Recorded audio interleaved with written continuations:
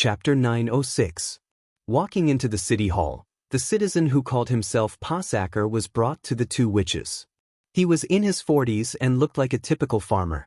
His skin was dark and his hands and feet were thick. His trousers were stained with dried mud and grass. I know you." The man looked a little nervous.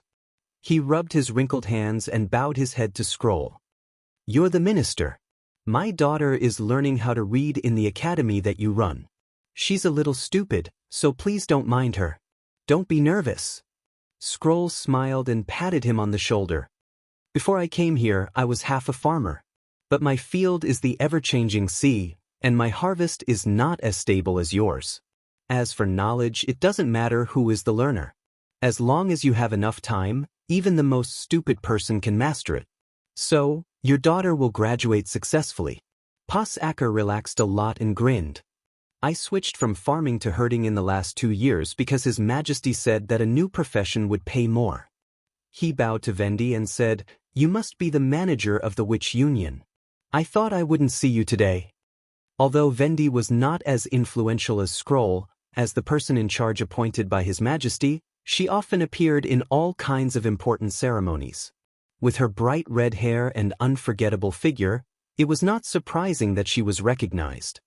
"Just call me Vendi. You said you found a woman covered in wounds in the suburbs. Why did you think she looked like a witch? Because ordinary people can't have parts that only animals have, right?" Passacker scratched his head. "At first, I thought it was just a bloody rag and was going to tear it off and throw it away. I didn't expect it to be connected to the woman.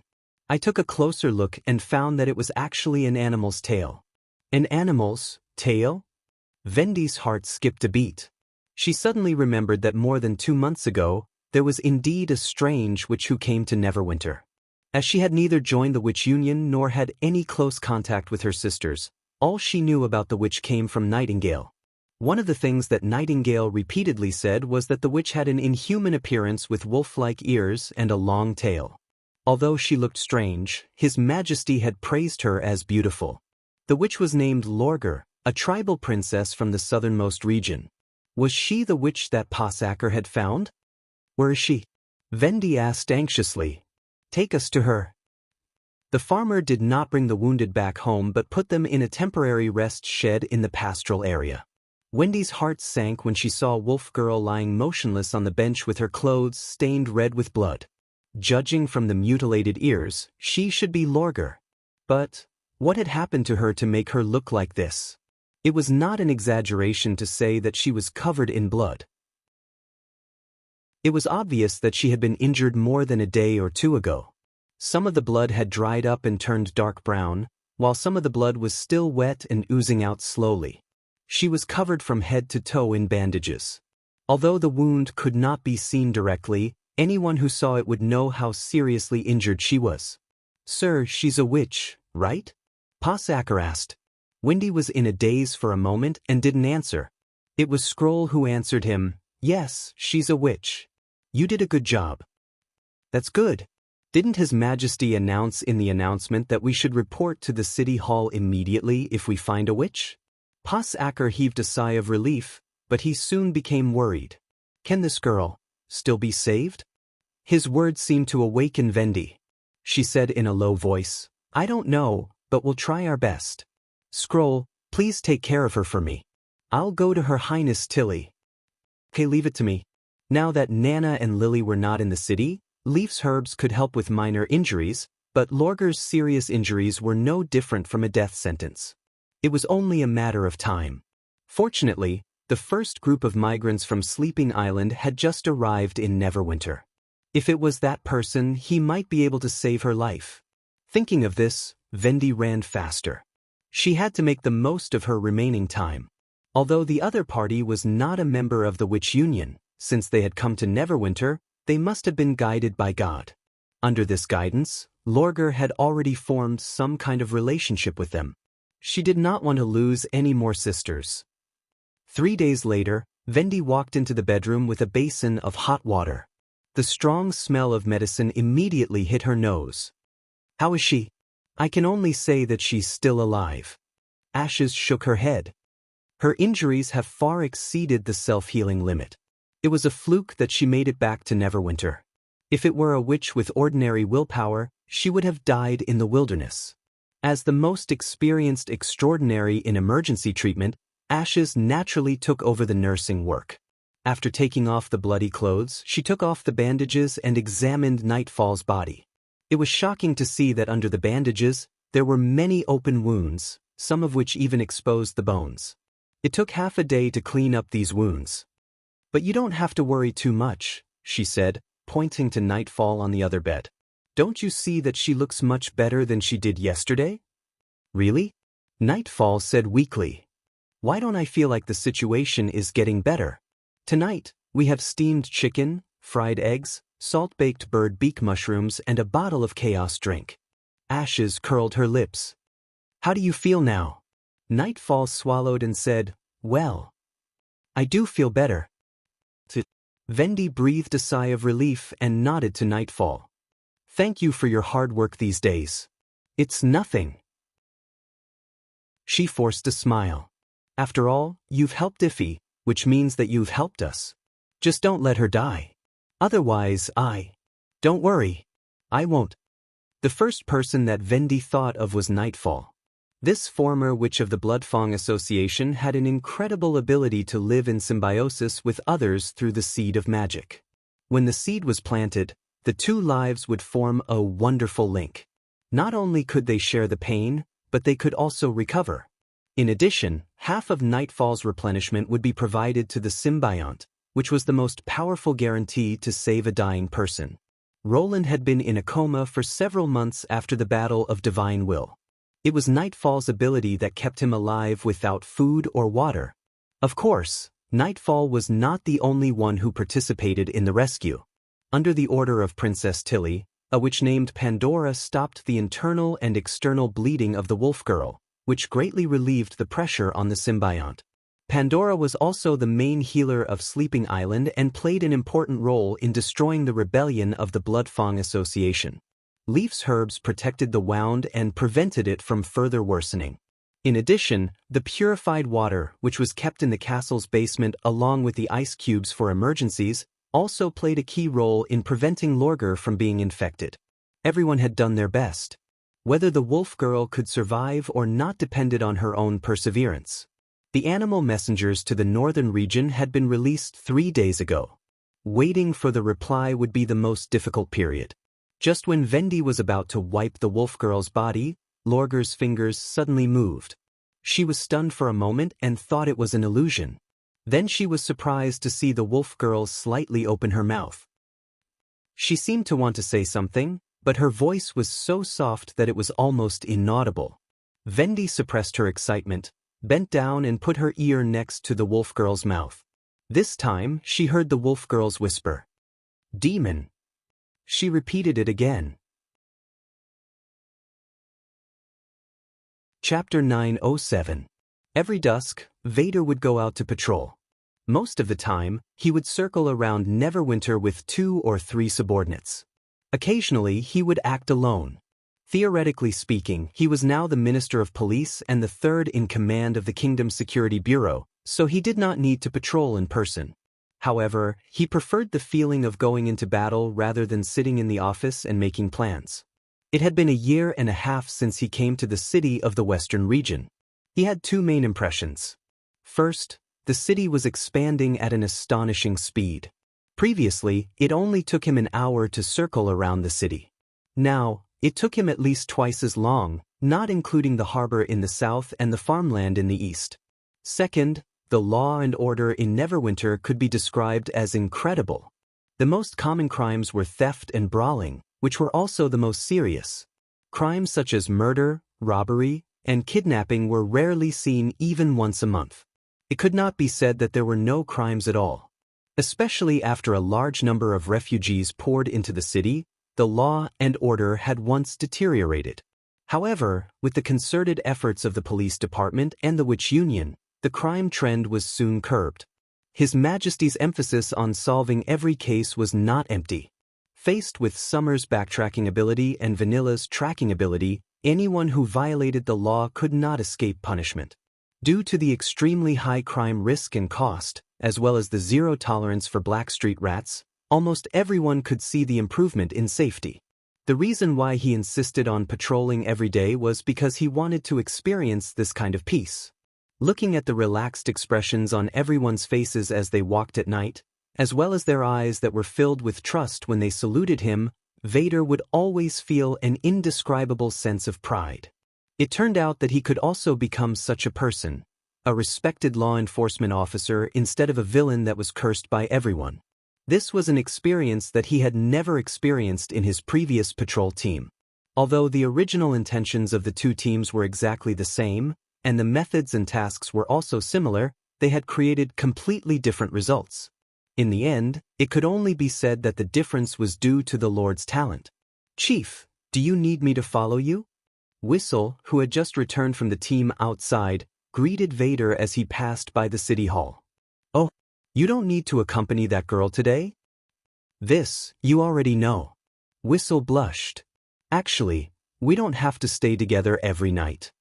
His words caused some onlookers to burst into laughter. "Then you have to be careful.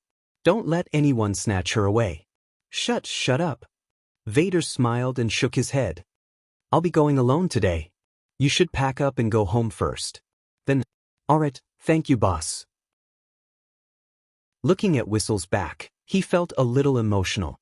When he left Valencia, he was alone and thought that he might have to live like this for the rest of his life. Who would have thought that he would be able to achieve what he had today? Perhaps after helping Kikuzum's father buy a neighboring house, he should find another companion. However, the moment Vader walked out of the city hall, a mournful alarm suddenly sounded in the sky above the city. Woo, woo. His expression suddenly changed. This sound was completely different from the previous alarm bells. It went from dull to high-pitched, and it would never be forgotten once it was heard. It represented the highest level of alert in Neverwinter, and it had never appeared even once during the long months of demons. In fact, he had only done relevant rehearsals during maneuvers. This was the first time he had heard of it. According to regulations, when the highest level of alert was sounded, Neverwinter would be under martial law. The city gates had to be completely closed, the police would be responsible for clearing the streets, and the First Army would be sent to the defense line. "Boss." Several people, including Whistle, rushed out of the office. Vader turned around and saw that the entire city hall had come to a standstill. Everyone stood there dumbfounded, as if they did not know what to do. His Majesty was now leading the army to recover the kingdom of Grey Castle, so this could not be a maneuver. What on earth had happened for the garrison to issue such a stern warning? Damn it, it just so happened that Neverwinter's defense was at its weakest. He gritted his teeth and shouted, "What are you waiting for? Get moving. Whistle, call all the people on vacation. Firehead, take the rest of the people and follow me to the city wall. Do what you did during the maneuver, understand?" This thunderous rebuke not only woke up the police members, but also the administrative officials in the hall. "Yes, I understand." City Hall immediately became busy, but Vader was not in the mood to care about the group of civil officials. He led a group of police officers and rushed out of the castle district. Seeing the confused faces of the residents on the street, he suddenly felt a headache coming on. As the highest level of alert was a system set this year, it did not even have a city-wide maneuver. Perhaps the one who set it, His Majesty, did not expect to encounter such an emergency so soon. But since it had happened, it was obviously a mistake on the garrison's part. If it were him, he would have sounded the alarm at the same time to quickly evacuate the wandering residents on the street. But now was not the time to complain. Vader clapped his hands and focused the attention of the surrounding residents on him. "Everyone listen up. Go home immediately and don't stay on the street. This is the warning of an enemy attack. I repeat, go home immediately. Go home immediately and don't stay." Firehead and the others followed suit and shouted. Fortunately, the police department was usually trusted by the residents. In addition, the municipal department had repeatedly popularized the routine alarm response method. After hearing the warning, everyone began to move towards the residential area. Just like this, the group of people shouted as they rushed to the border city wall. Soldiers could be seen everywhere on top of the wall, their flags fluttering in the afterglow of the setting sun. The cannons on the high platforms had also taken off their jackets, their long barrels facing the vast grassland in front of them, as if they were waiting to give the enemy a painful blow at any time. Seeing this scene, Vader could not help but calm down a lot. As long as the First Army was here, no matter how many people there were, they would be an impregnable line of defense. This was a result that had been proven in many battles. Soon, the police were involved in the security of the scene and maintaining order. But what puzzled him was that although the highest level of alert was still echoing above the city, why was the western region grassland and the forest completely silent? The enemy, where was he? At the same time, in the conference room of the Lord's castle, another group of people was arguing. Chapter 908. According to His Majesty's plan, the City Hall, the Security Bureau, the First Army, and the Witch Union were the four agencies of the same level, which formed the main administrative bodies of Grey Castle. Except for the Security Bureau, which was the most special agency, the other three agencies had to be cooperated and supported by the relevant departments. The original intention of this set of rules was undoubtedly to better utilize the power of the entire kingdom. Usually, with His Majesty in charge, it would be difficult for anything to go wrong. However, the problem was that when His Majesty was not around, it was very difficult for the three parties to reach an agreement in a short period of time. Therefore, when Vendi heard about the demons from Lorgar, the best solution she could think of was to issue a warning, fortify the city, and hold a decision-making meeting. Of course, she knew how much trouble this would cause for the City Hall. The breeding wheat fields in the misty forest produced hundreds of bags of golden twos every day. They needed to be transported to the docks and shipped to the northern region, the southern territory, and His Majesty's newly recovered territory. In addition, the collection of wood, mushrooms, and fruits from the forest would be affected, and the animal husbandry on the grassland would come to a standstill. Barov's words were not completely exaggerated. Originally, when the Third Battle of Divine Will began, a new city wall would appear to the north of the border, covering half of the grassland.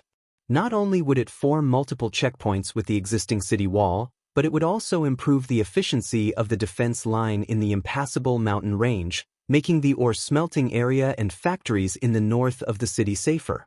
Even in times of war, the resources from the forest and North Slope Mountain would not be cut off. However, this plan was still on paper. No one had expected the news of the demons to come so soon. Compared to the financial losses, she had to make a more prudent choice. The demons are the basis, mortal. Is it hard to understand? The light curtain on the wall of the conference room rippled, and Elchit's disdainful voice came into everyone's mind. Anything related to the demons can't be taken lightly. They're not stupid demonic beasts. They won't wait until you're fully prepared to attack. I don't think you're aware of how terrifying they are. What a pity. When I saw that mortal king, I thought you guys had improved a lot in the past hundreds of years. As allies against the demons, the tequila survivors and the sleeping spell had the right to attend the meeting. The leaders of both sides, Pasha and Tilly Wimbledon, agreed with Vendi's decision. Barov was so angry that he almost laughed. I don't know how scary the demons are, because they have never appeared in front of me. Do you think they can kill people through the air? You keep saying that we need to be prepared, and I agree with that, but the problem is that we can't even see the shadow of the enemy. To the west is the concealing forest controlled by the witches, and to the east is the sentry tower built on the peak of the impassable land. Between these two barriers is a grassland without any cover, and any of the enemy's movements can be detected from miles away. Do we really need to be so cautious? Vendi could see that the director of City Hall was really attentive to the task given by His Majesty. During the last meeting, he did not even dare to breathe in front of the monster-like original carrier, but now he actually dared to retort and even ridicule. I think it's necessary, Ashes said. In fact, I suggested it to Vendi. Or is it because of an inexplicable witch's dream? Barov knocked on the table. Don't tell me that you trust her. If she's really trustworthy, or if your relationship is so close, She should have been a member of the Witch Union long ago. That's not the reason. It's based on my judgment of the facts, Ashes explained calmly. I've fought with her before, so I know her strength. If it were just 1 or 2 demonic hybrids, she wouldn't have been so embarrassed. According to the information we have so far, without the support of magic stones, the Mad Demon's combat ability is similar to that of a medium-sized demonic hybrid. Even if Lorgar can't win, she can still transform into a wolf and easily get rid of the enemy. What are you trying to say?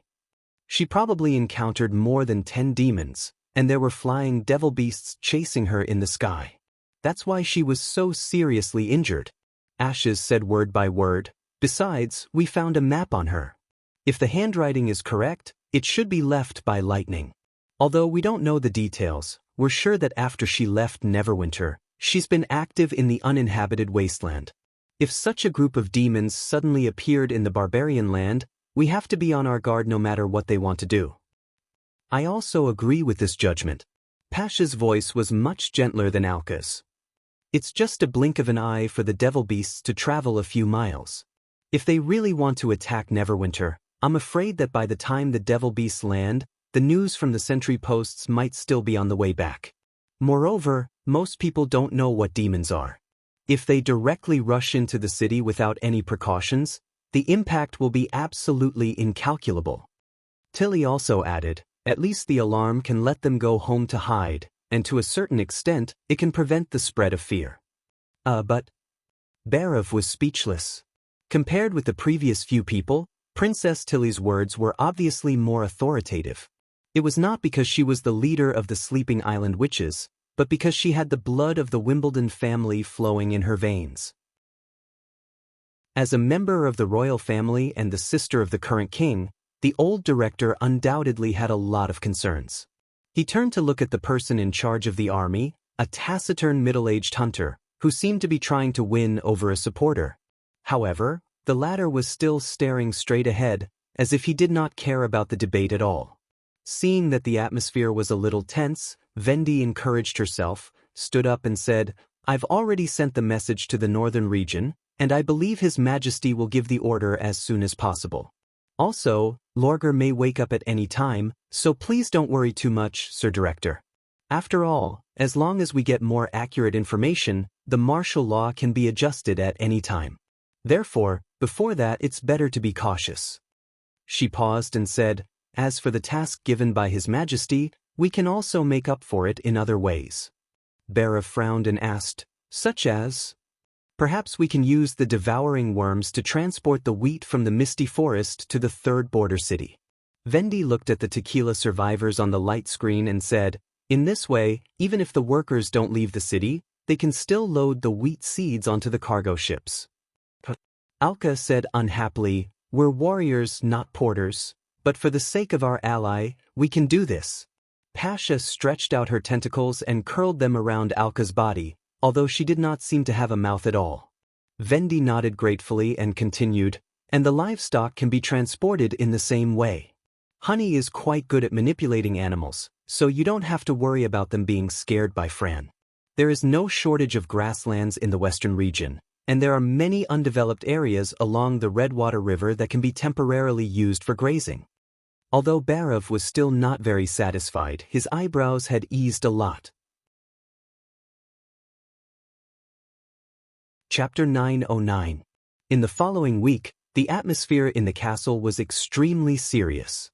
The heads of the major departments had to hold an hour-long meeting every day to report on their respective situations. What?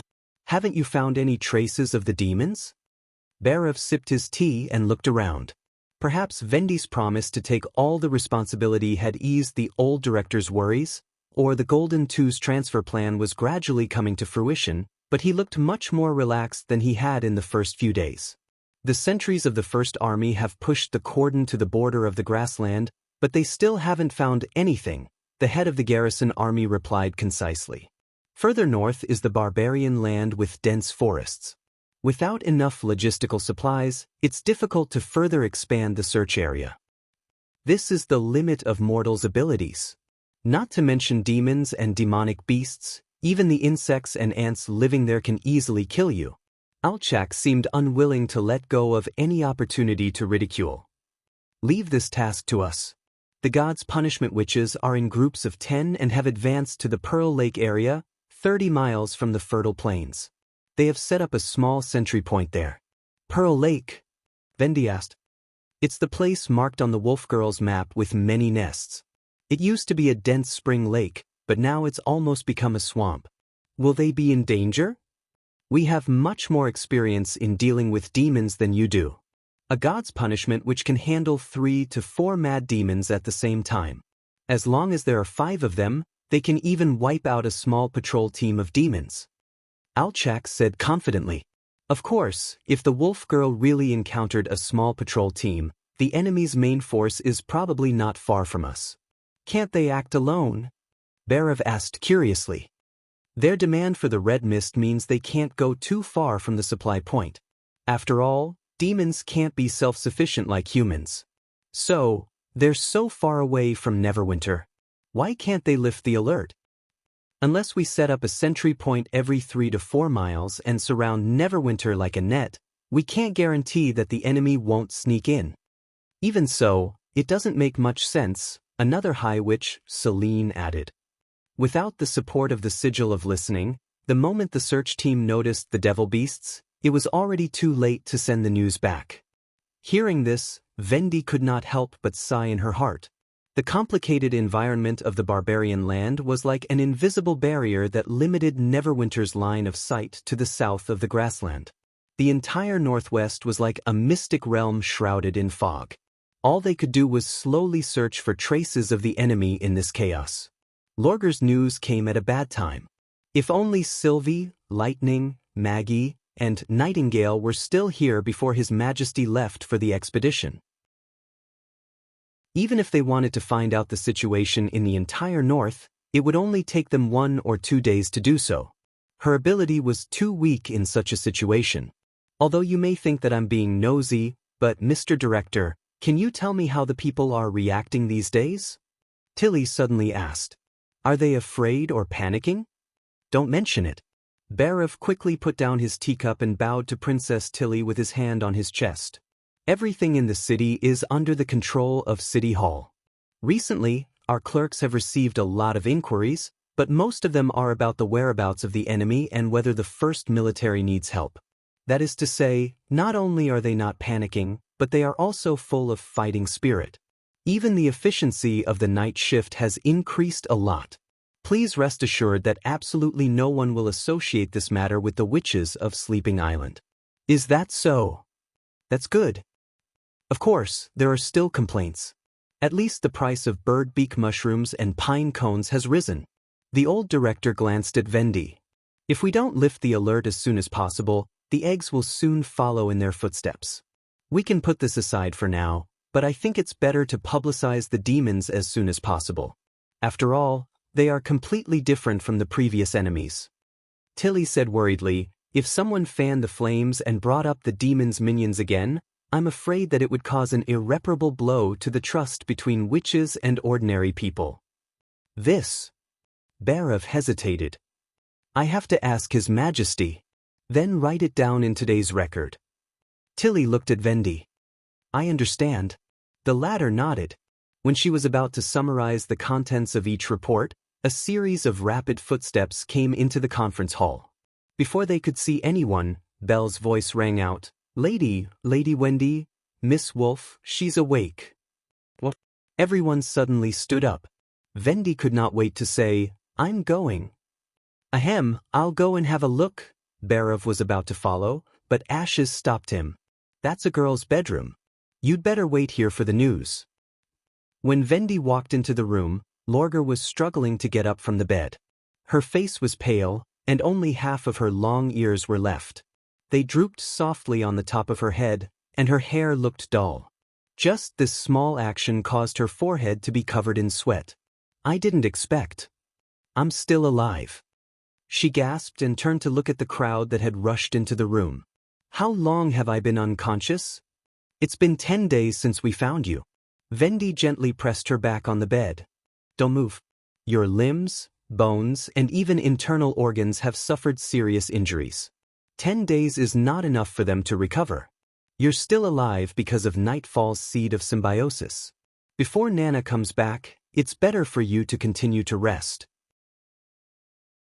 After learning the function of the seed of symbiosis, Lorgar bowed slightly to Nightfall, who was lying on the other bed. Thank you. Actually, it's nothing. Nightfall shrugged, pretending to be indifferent. I think it's not bad to lie here and drink chaos drinks every day. What did you encounter in the depths of the barbarian land? Ashes asked in a low voice. When you were unconscious, you mentioned the demons many times. Indeed, and there was more than one. Lorgar closed her eyes, as if recalling the scene at that time. At that time, I was tracking a hybrid demonic beast, and then I encountered 2 demons alone. They might be sentinels, or they might just be hunting demonic beasts. She took a deep breath. I killed them, but I didn't expect that it was just a drop of water in the army of demons. More demons swarmed to the Tequila ruins. Their numbers were incalculable, and there were some incredible giants among them. Chapter 9-10. After discovering the enemy's main force, Lorgar knew that it was time to retreat. Just as the great chief Roland and Lightning had said, she could not deal with such an opponent alone. It was more important for her to send the news back to Neverwinter. B3 she had already proved herself in the previous battle. If the demons took root here, she would have many opportunities to fight with them in the future. Although she had made a decision in her mind, she did not choose to leave immediately. Instead, she planned to find a high point and observe the demons' movements. She had only said, "I saw many demons," which could easily make people think that she had fled back.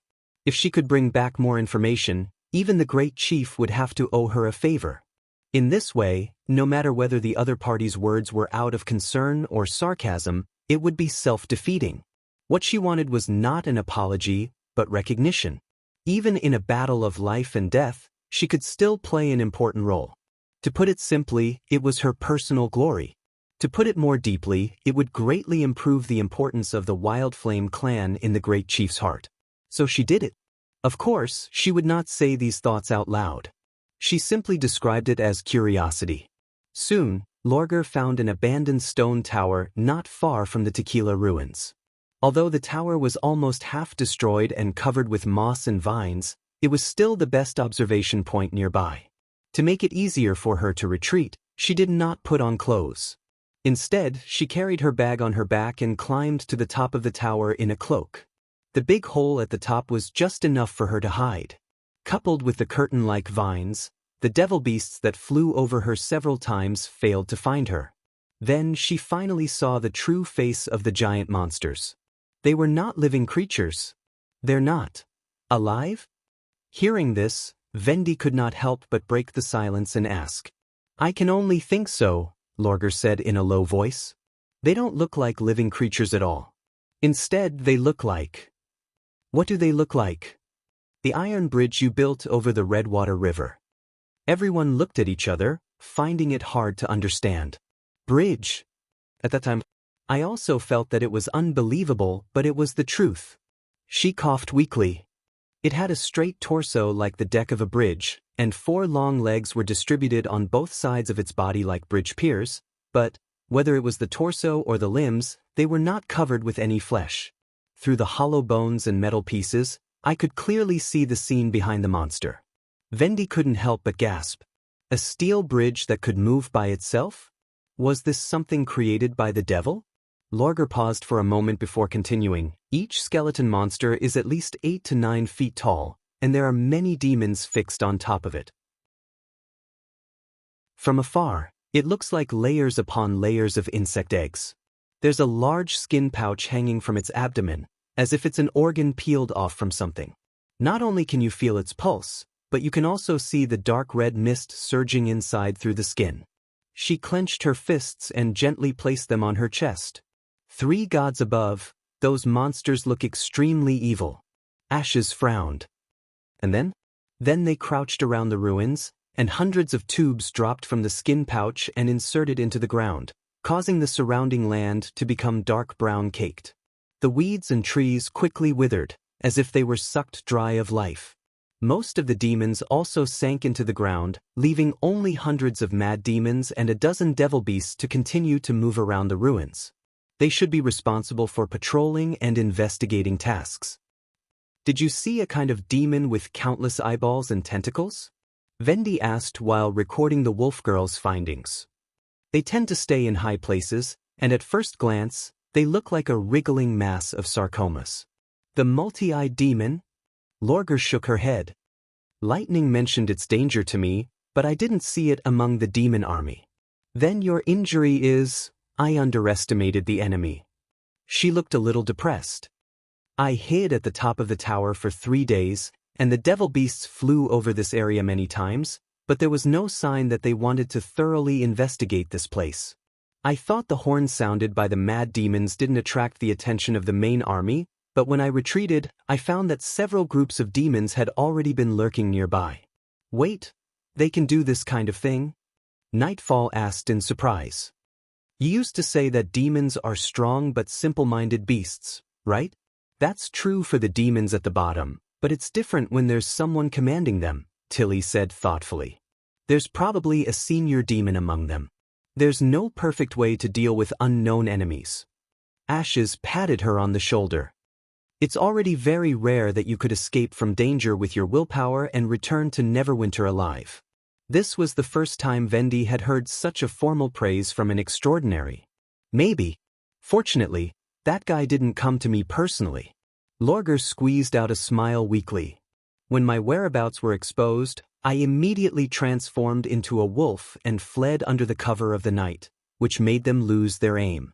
I didn't know how many demons there were, but I knew that there were always devil beasts hovering over my head.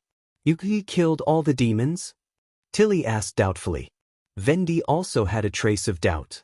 If the wolf girl could not get rid of the enemy, she would have been chased and intercepted endlessly, which was proved by her serious injuries. Moreover, she could only be beaten passively, so it seemed that she was in a desperate situation at that time. No, they gave up chasing me.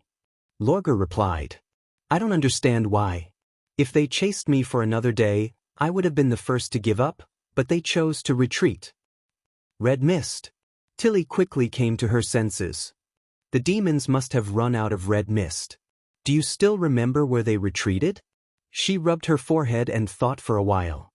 About 5 or 6 miles away from the grassland. Where's the map? Give me a map. Seeing Tilly draw the distance on the map, Vendi also understood what she meant. Those skeleton monsters were probably a magic machine that transported red mist, just like the siege beasts shown by the church. Lorger's description indirectly proved this point. Whether it was the army sinking into the ground or the land polluted by red mist, it was exactly the same as the scene in the Devil's Town behind the snow mountain.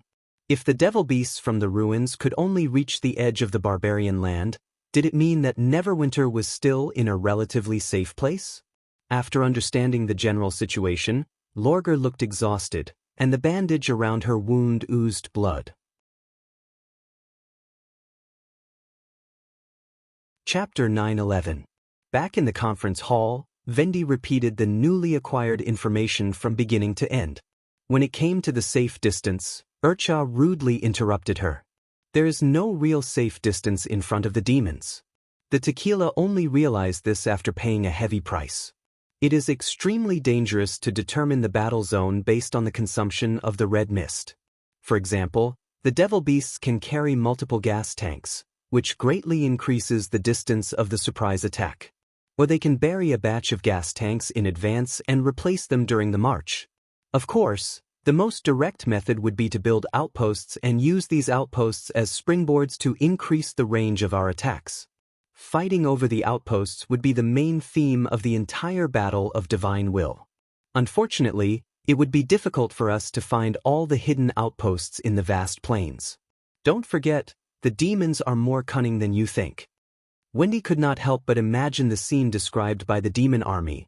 The overwhelming demon army launched a frontal attack while setting up outposts everywhere that could store red mist. Once the outposts were completed, the area would soon be occupied by a steady stream of demons, and the Union would lose the corresponding intelligence and resource supply, causing the surrounding areas to be in danger. In the end, it would be like a rolling snowball. The more land they lost, the more difficult it would be to move forward, until they could no longer resist the demons' attack. Then what do you think the probability of them attacking Neverwinter is? Tilly asked calmly. I have to say that you are lucky, or rather, we are all very lucky, Urcha muttered as she spread her tentacles. Although the red mist can't determine the enemy's limit, at least it can determine their intentions. In a short period of time, I don't think the possibility of the demons launching a large-scale attack on Neverwinter is high. Can you elaborate? It's still the red mist. The ancient witch nodded her warty head. All the demons' actions depend on the delivery of the red mist. Sinking into the ground means that they don't have enough supplies. Leaving only patrols instead of building a camp also proves this. Even if the demons attack the border, it should only be a small number of troops. Of course, whether there will be any subsequent changes depends on the situation at the scene. Tilly shifted her gaze to Pasha. Urcha's judgment is trustworthy, the latter waved her main tentacle. In the era of the Union, the Blessed Army team led by her won many victories in surprise attacks on Devil's Town, but she has a bad temper. My patience is only used on things that are worth paying attention to, Urcha snapped. Compared to the Devil Beast's long-range attacks, I'm more worried about those new war machines. I want to ask, how did the demons transport the red mist? Bara finally found a chance to speak. Similar to us, Pasha sighed. Inferior demons, trailers, enslaved hybrids, or modified siege beasts. The time it took for them to plan a war was similar to ours. Every time a war was about to begin, more than 10 red lines could be seen on the fertile plains. In order to intercept the red mist in the transportation, the Blessed Army, the ordinary combat witches, and even the common army must go all out. If we encountered a heavily guarded transport team, our blood would often dye the entire road red, so those red lines were not only the blood of the demons, but also the line of life and death for us. Alxia added. The last sentence caused the atmosphere to freeze for a moment. Although they had not officially fought with the demon army, everyone could feel the pressure that the powerful alien race had exerted on human beings more than 400 years ago. Under the influence of His Majesty, even Vendi knew the importance of logistics, and the means of transportation was undoubtedly the standard to measure the level of logistics. If the demons had the ability to build such a large machine to transport the red mist, it meant that they could provide a large amount of supplies to the front line with fewer troops. The reduction of the red lines would make every transport team more guarded. Perhaps what Lorgar saw would become the norm for the demons in the future. If it were not for Roland Wimbledon, she really did not know how to fight the fourth battle of divine will. The demons had probably undergone earth-shaking changes in the past hundreds of years, and the senior demons that acted alone and the huge skeleton monsters were proof of that. However, except for Neverwinter, the power of the other human kingdoms seemed to be much weaker than in the era of the Union. She did not even dare to imagine the scene of those noble knights charging fearlessly into the demon army. All in all, the current situation is very close to one of our previous inferences, except that the time doesn't match. Alxia probably realized that overemphasizing the difficulty of the war would hurt their morale, so he coughed and changed the topic. The black stone spire that can produce red mist needs to be built on a god's stone vein. It's not surprising that the demons would choose to seize the holy city ruins. After all, Tequila is the easternmost gathering place of God's stones on the fertile plains. Once the spire is erected, the red mist will directly cover the impassable mountain range. By then, all resistance will be meaningless. No one objected. The demons could attack from all directions without being restricted. Flying devil beasts were much more mobile than hydrogen balloons. As long as they left the city, they could be attacked. In this situation, human beings would not be able to hold on for more than a few years before collapsing. Although Vendi was not very good at war, she had participated in relevant meetings many times. She knew that both His Majesty and the Church of Hermes had formulated a plan to prevent the demons from seizing the Tequila ruins. It seemed that all three parties had the same idea. Fortunately, the demons have revealed their intentions in advance. There are at least 3 to 5 years before the bloody moon comes. We can be fully prepared and launch Thunder's attack. Auxia continued, even if we fail, the demon's closest black stone spire to the fertile plains is hundreds of miles north of Dragon's Pine Mountain. They won't have an advantage in terms of attrition. But one thing is for sure, the war has come. Vendi suddenly felt a lot of pressure on her shoulders. Wait. Barav suddenly shouted. I don't care how you fight, but you can't keep the city gate closed, can you? Now that we know that the demons are still far away from Neverwinter and won't attack for the time being, can we lift the alert and let the livestock farms operate? I also think Neverwinter needs a more reliable early warning system, the head of the garrison army said, which was rare for him. His Majesty once said that the more profound the defense line is, the more mistakes the defenders can make. Can we ask Miss Lotus to set up a few beacon towers at the border of the grassland? Of course, it would be better if it's the communication device that can connect dozens of miles in an instant, like what Sir Carter mentioned. In this way, the work of City Hall won't be delayed. The former was easy, but the latter was impossible without Anna and Roland. Besides, could the speed of the beacon towers really keep up with the Devil Beast's raid? Vendi hesitated for a moment and was about to answer when Pasha's voice sounded in her mind. Just leave it to us. Oh? What are you going to do? Ashes raised her eyebrows. Now that we know where the demons are stationed, things will be easier. Pasha stretched out her tentacles and put them in front of the light curtain. With this, we can create a more comprehensive view to monitor the demons, just like this light curtain. In her hand was a dazzling 5-colored stone. Vendi immediately thought of what number 76 Phyllis had done. Are you going to use it to locate the phantom instrument? Yes, as long as you crush it, the magic core will open the light curtain in the corresponding position. But this kind of magic stone is extremely limited.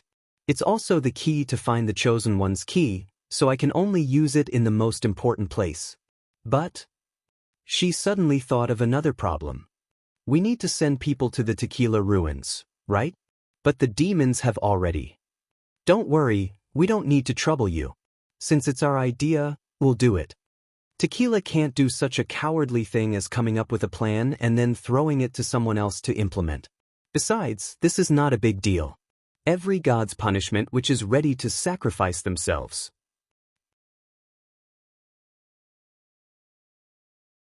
Chapter 9:12. His Majesty. Roland?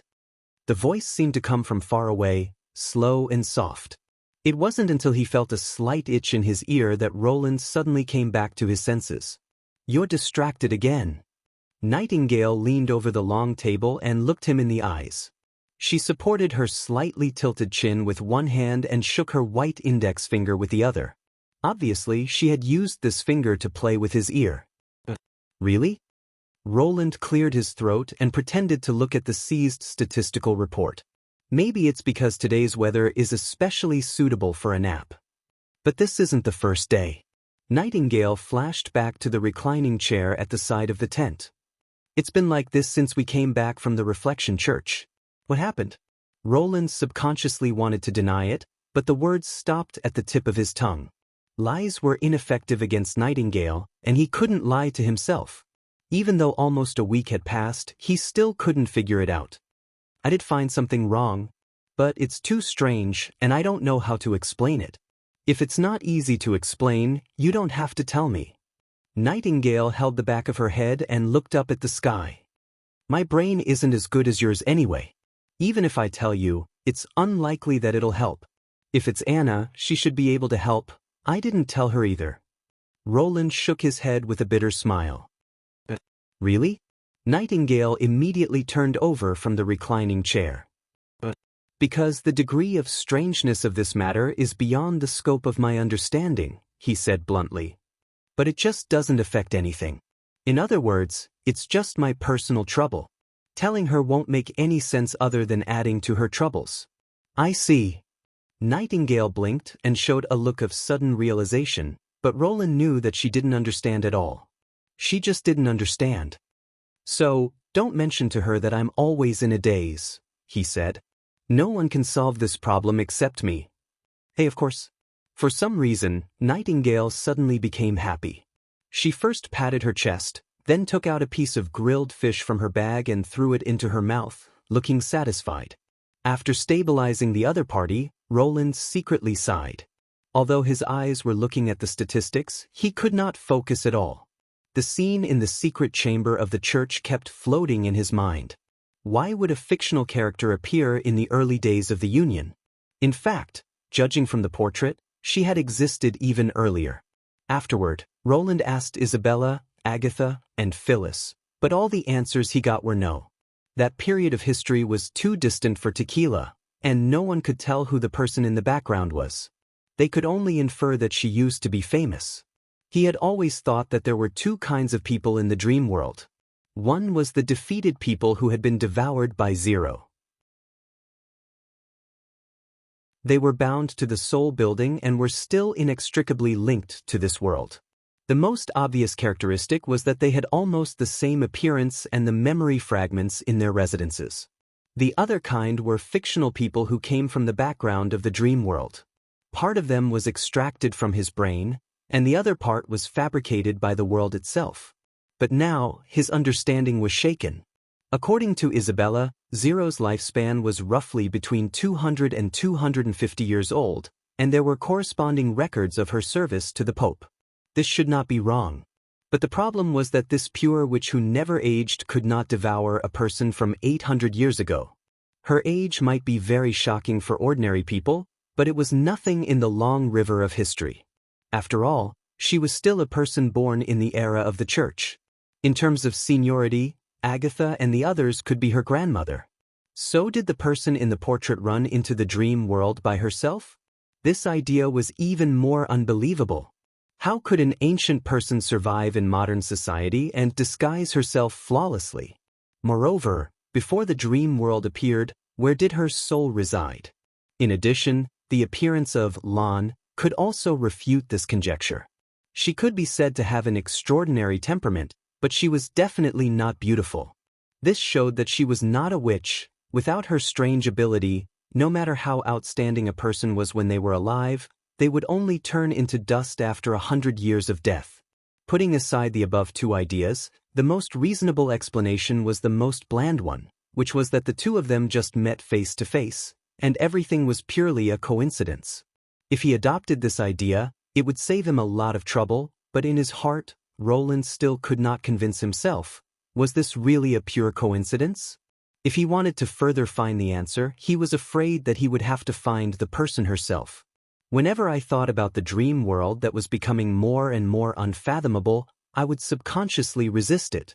However, being troubled by an unknown secret didn't feel good either. After nearly a week of hesitation, Roland finally made up his mind to choose the lesser of two evils. Of course, what helped him to make up his mind was the Tequila God's punishment witches who begged him in every possible way, as well as the rather idle waiting time after touring the holy city of Hermes. The process of entering the dream world was still very familiar. When he opened his eyes, the time was still fixed at the time when he left last time. Although it had been more than a month since the last time, the surroundings had not changed at all. On the bedside table was a group photo of trainees, as if he had just returned from the headquarters of the Martialist Association.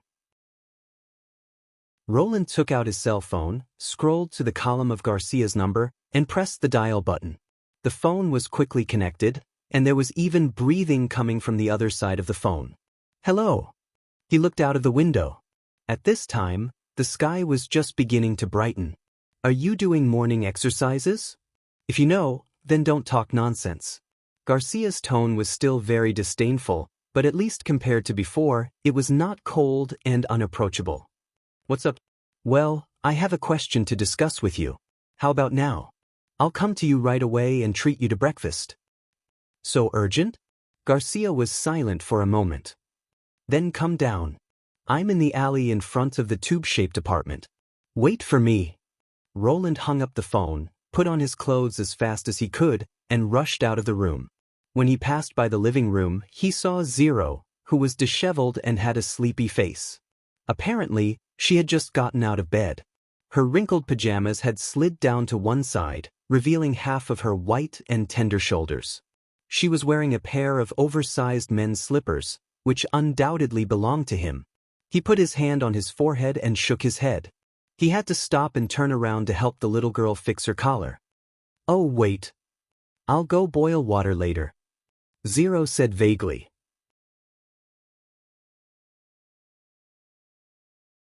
Chapter 9:13. Here you are. 2 bowls of braised beef vermicelli. The owner brought the vermicelli to the table with a ruddy face and wiped the table with a towel. Apparently, he was very proud of the marshallist's visit. After all, Garcia was the star of this apartment. "Thank you. And 1 more fried egg." Roland took out 2 pairs of chopsticks and said, "1 for each of us." "But if I were you, I wouldn't invite a woman to have breakfast here." Garcia rolled her eyes. "No wonder you're still single. This is slander." If it were not for his sense of responsibility, those God's punishment witches would have already. "Well, Zero has to go to school later. I have to send breakfast back. If it's too far." "I know, so don't do it again." Garcia interrupted him. She skillfully opened the disposable chopsticks and stirred the shallots and beef on the vermicelli. Soon, the bowl of vermicelli turned into an attractive reddish-brown color. The first bite was slightly cold. Instead of chewing slowly, she directly swallowed the vermicelli like a continuous ribbon, making a slight slurping sound. Roland's appetite was whetted just by hearing this sound. "What?" He curled his lips. "Isn't your way of eating very authentic? I thought you weren't used to street snacks." "That's your illusion," said Garcia, shrugging her shoulders. "I've been here nearly 10 years. Which restaurant haven't I eaten in? It's just that a clean and spacious restaurant is a courtesy, and I don't like to be stared at all the time." Roland found that it was true. Not only the other customers in the stall, but also the passers-by would look in their direction curiously. After all, Garcia's silver-gray hair and well-proportioned figure were somewhat eye-catching. "This is my oversight. So hurry up and get down to business." Garcia stared at him. "Why are you so anxious to see me? The Martialist Association won't help you do anything illegal. Why does this girl look so alert? She just came back from the headquarters yesterday. How could she do anything illegal? Besides, is there anything more illegal than a hunting license?" Roland hesitated for a moment. "I want to see your master. Can you help me make an appointment?" "What?" Garcia did not respond immediately. "Your teacher? Lady Lawn." He casually made up an excuse. "I feel very guilty for standing her up last time. I want to apologize to her in person." Garcia looked at him for a long time as if she didn't know him. Finally, she waved her hand and said, "Oh? Now you know how important it is to get my master's recommendation? But save it, she won't see you again. Maybe Lady Lawn doesn't hate me as much as you think? Do you still want to say that she kindly explained a lot of things to you at the newcomers' assembly?" Garcia said disapprovingly. "Don't be delusional. Missed opportunities will not come back.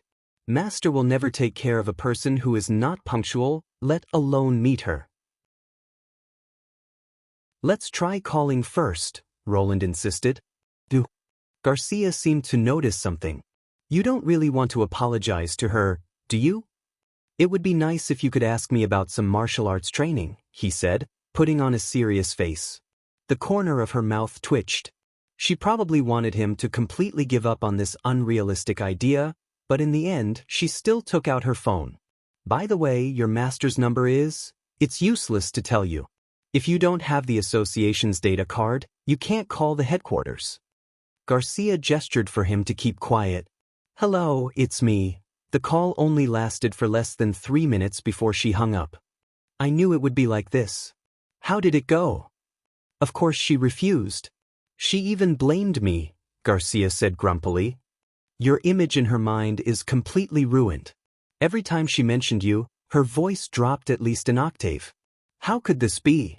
Roland couldn't help feeling a little puzzled. According to her attitude at the newcomers' assembly, Lon apparently didn't care about him standing her up. Instead, she seemed to think highly of him. He originally thought that Lan's secret language was a way to use the force of nature to a high level, so it was not surprising that Garcia didn't know about it. Now it seemed that he really heard it wrong. At first, he didn't insist on knowing the answer to the riddle, and he even hesitated to enter the dream world. Now that he had encountered a setback, he didn't want to give up. Roland drank a mouthful of soup. When can we go to the headquarters again? When you solve the erosion by yourself and become an official martialist. Right now, you're just a newcomer. This condition is surprisingly easy, Roland thought. However, he remained calm and said, I'll look forward to that day. By the way, do you still remember Ms. Land's opening speech when we first arrived at the underground world? What's wrong? What did she mean when she said the battle of divine will was not far away? Well, Garcia said helplessly, my master liked a book written half a century ago called Raison d'être and recommended me to read it. The book made some conjectures about the emergence and evolution of civilization, calling it the choice of God. Of course, this God isn't a personified character, but a kind of rule or the purpose of the continuation of all things. But these things are too far away and have nothing to do with us. Besides, the book is only circulated in the Martialist Association, so almost no one knows about it. Hearing this, Roland's interest was piqued. There was no doubt that this was another book that he had never seen before, which meant it was created by the dream world itself. Can I have a look? The book is in the headquarters. I'll borrow it from the library when I report next month. Garcia looked at him strangely. If I still remember this. Seeing that Garcia was getting suspicious, Roland hurriedly finished the noodles and excused himself to leave the shop. When the dream world ended the next day, he heaved a sigh of relief. If he had not been in contact with the Martialist Association, everything in the dream world would have seemed normal. However, as long as he was in contact with them, strange things would happen one after another. Although the exploration this time was not very smooth, it was not in vain. Moreover, the long-awaited God's punishment witches had once again regained their senses. Seeing their joyful faces, this trip was not in vain. When Roland was planning to open the dream world a few more times to speed up the time, Lightning flew into his tent with a swallow-tailed eagle in her arms. Your Majesty, there's an urgent secret letter for you, the little girl muttered. It's from Neverwinter. Directly from the western region? That's not a short journey. Did something happen in Neverwinter? To save messengers' resources, the less urgent messages were sent to the Old King's city by ship, and Theo and the others were responsible for forwarding them, such as government reports. The swallow-tailed eagle was the largest of the animal messengers and consumed the most resources. Its advantage was that it was at the top of the food chain and was very safe, but its disadvantage was that it would take up a considerable part of the witch's control. Driving a swallow-tailed eagle was equivalent to driving 3 gray eagles, which was quite strenuous for Honey.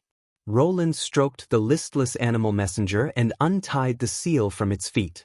The moment he unfolded the letter, he could not help but be stunned. Chapter 9:14. For days later, all the senior officials of the northern region and Hermes gathered in the camp on the outskirts of the Holy City. The emergency assembly order had obviously aroused everyone's concern, but no one showed panic. Whether it was the general staff or the officers of the Western Front Army, they were just guessing whether His Majesty had a new target. Such discussions did not stop until His Majesty walked into the tent with a sullen face. I called you here because I have something important to tell you. Roland knocked on the table. We have to return to Neverwinter. This brief order instantly caused a commotion among the crowd. When he first received the secret letter, he had not made up his mind. After all the information mentioned in the letter was obtained through Lorgar Burnflame alone. Although it was shocking, there was no other proof. As for the cause and effect of the encounter with the demons, there was not much description in the letter.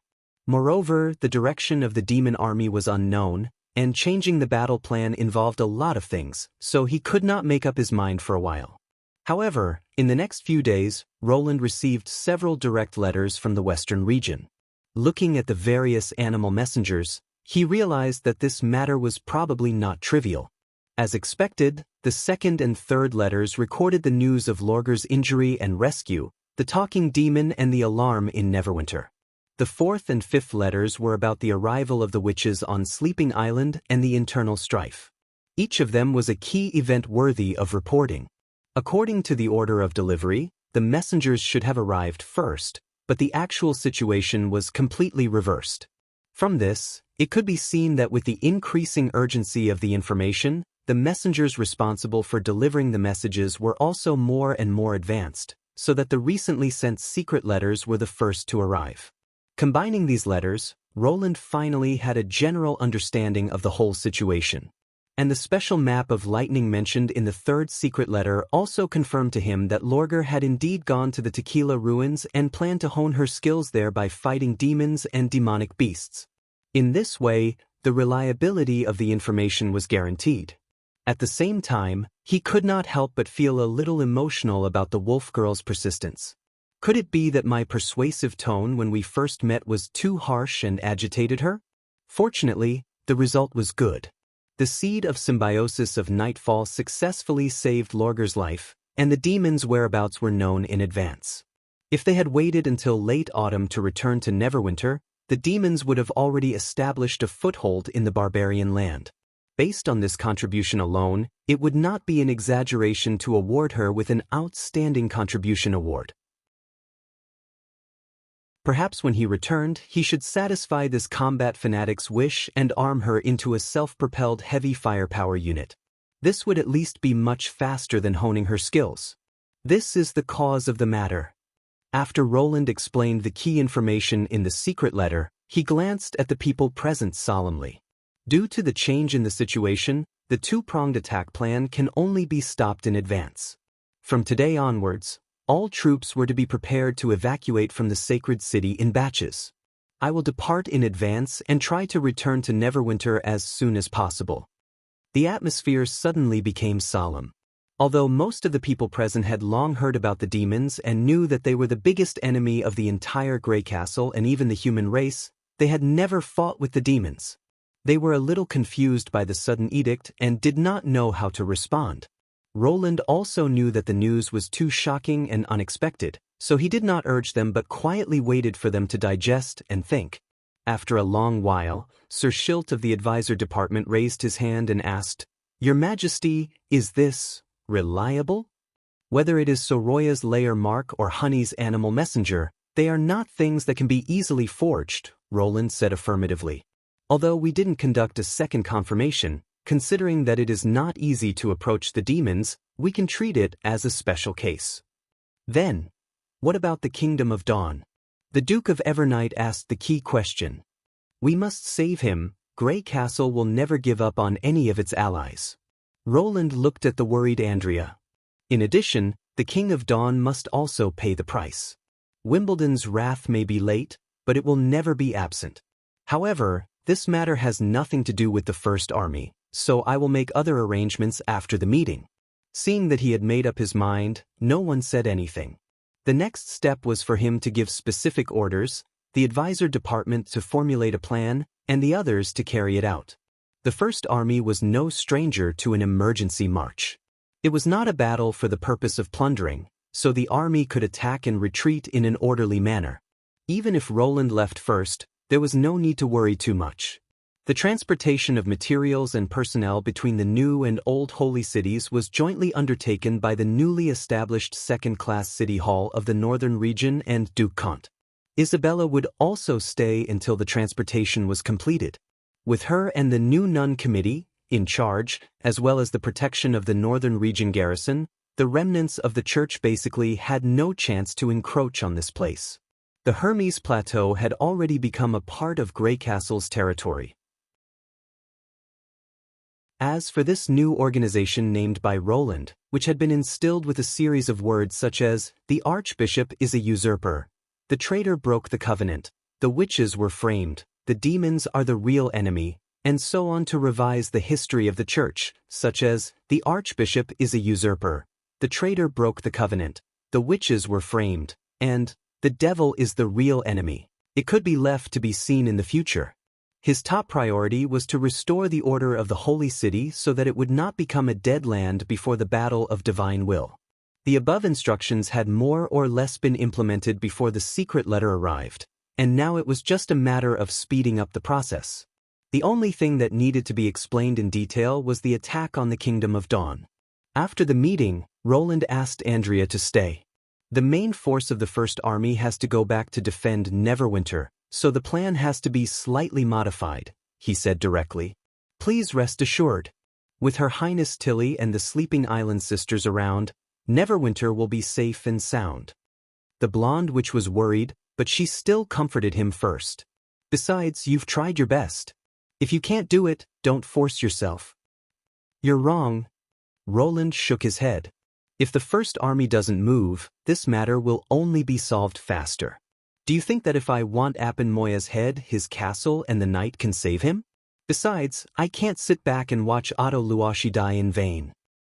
Solve it faster? Andrea was stunned. Do you want to?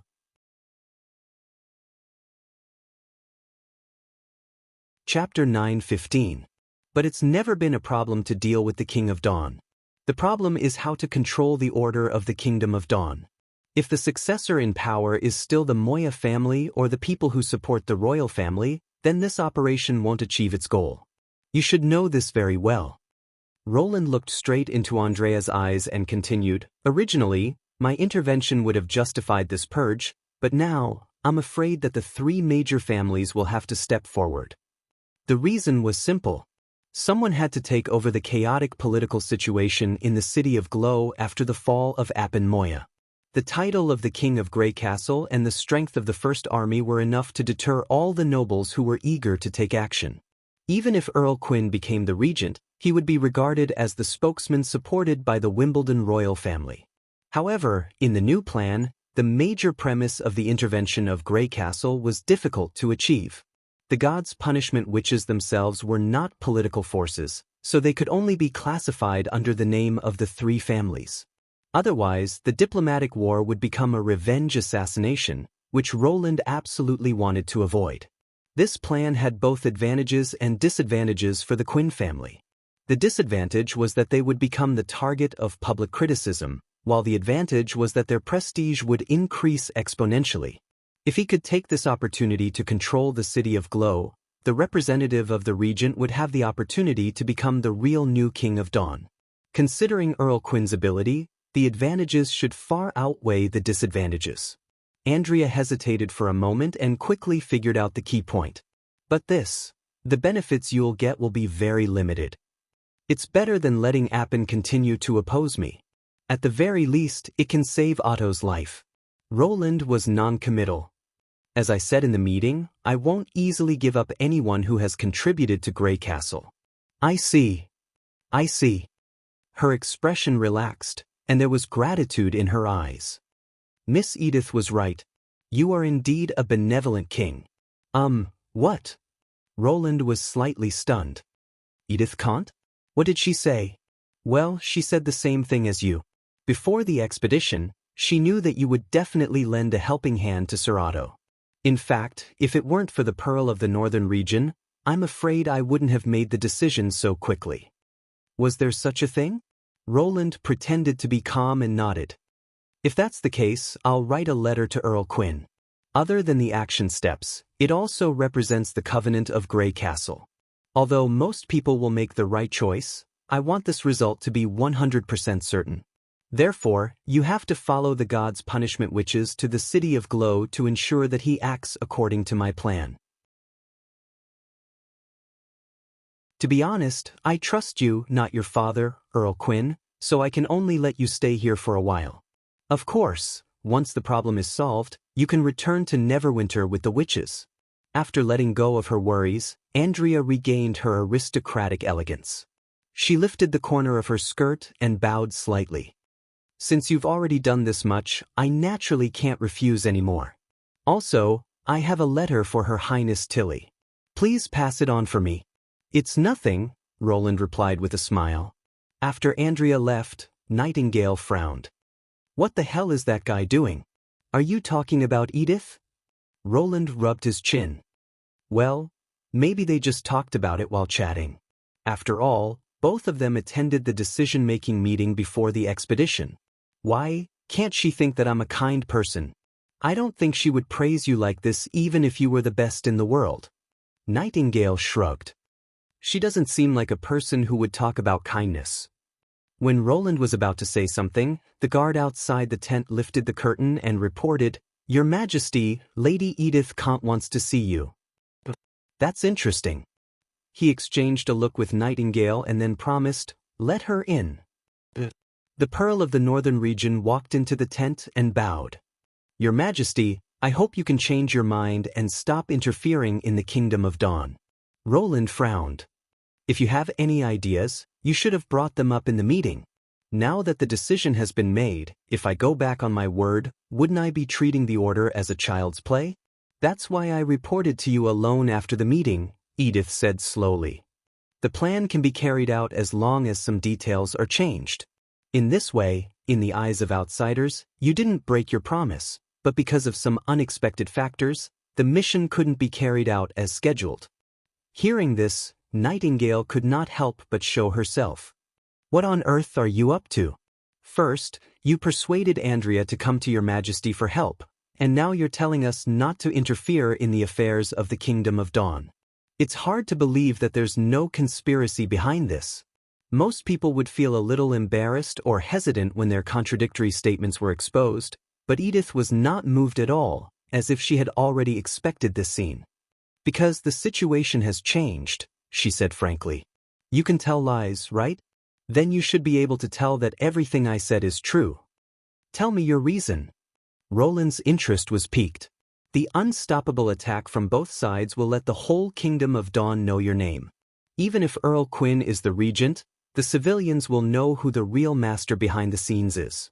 When the demon's threat weakens, you can slowly influence the policy of the Kingdom of Dawn and even turn it into your fief. Under the powerful constraints of the First Army, you only need to spare a small part of your energy to achieve this. But now, this foundation is gone. The invasion of Greycastle's army and Earl Quinn's coup are essentially two different things. The latter will only greatly increase the Earl's prestige. Whether the other nobles are deterred, subdued, or secretly opposed, it has nothing to do with you. And then you just let Appin Moya and Greycastle become enemies? Nightingale questioned. Even if His Majesty doesn't do anything, it will be very difficult for him to keep the throne. At least, he won't be able to call on his vassals to work for him. After the Battle of the Old Holy City, Appin no longer has enough power and prestige to rule the kingdom. The Kingdom of Dawn will soon be in chaos. Edith's tone was as if she was stating a fact. In this chaos, Earl Quinn may still rise to the throne, but his influence will not spread throughout the kingdom. If he's lucky enough, Ata Luashi can survive. Even if he doesn't, Andrea won't blame it on you because it's not your fault, Your Majesty, she emphasized. Andrea had considered this step, which was why she had hesitated to remind Roland that the benefits you will get will be very limited. Roland was also clear about this. Compared with these gains and losses, he preferred a more stable ally. Even if Earl Quinn would not wholeheartedly support him at the beginning, the Battle of Divine Will would eliminate all the barriers between human beings. In the face of this enemy who would determine the fate of the civilization, the most important thing was to unite against the enemy. The Pearl of the Northern Region should not have missed this point. In his impression, Edith was by no means a short-sighted person.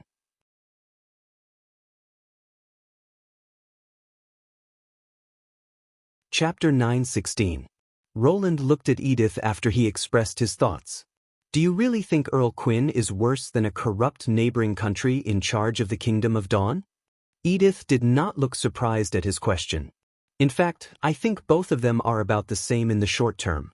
A stable ally can provide you with resources, population, and help you in the Battle of Divine Will.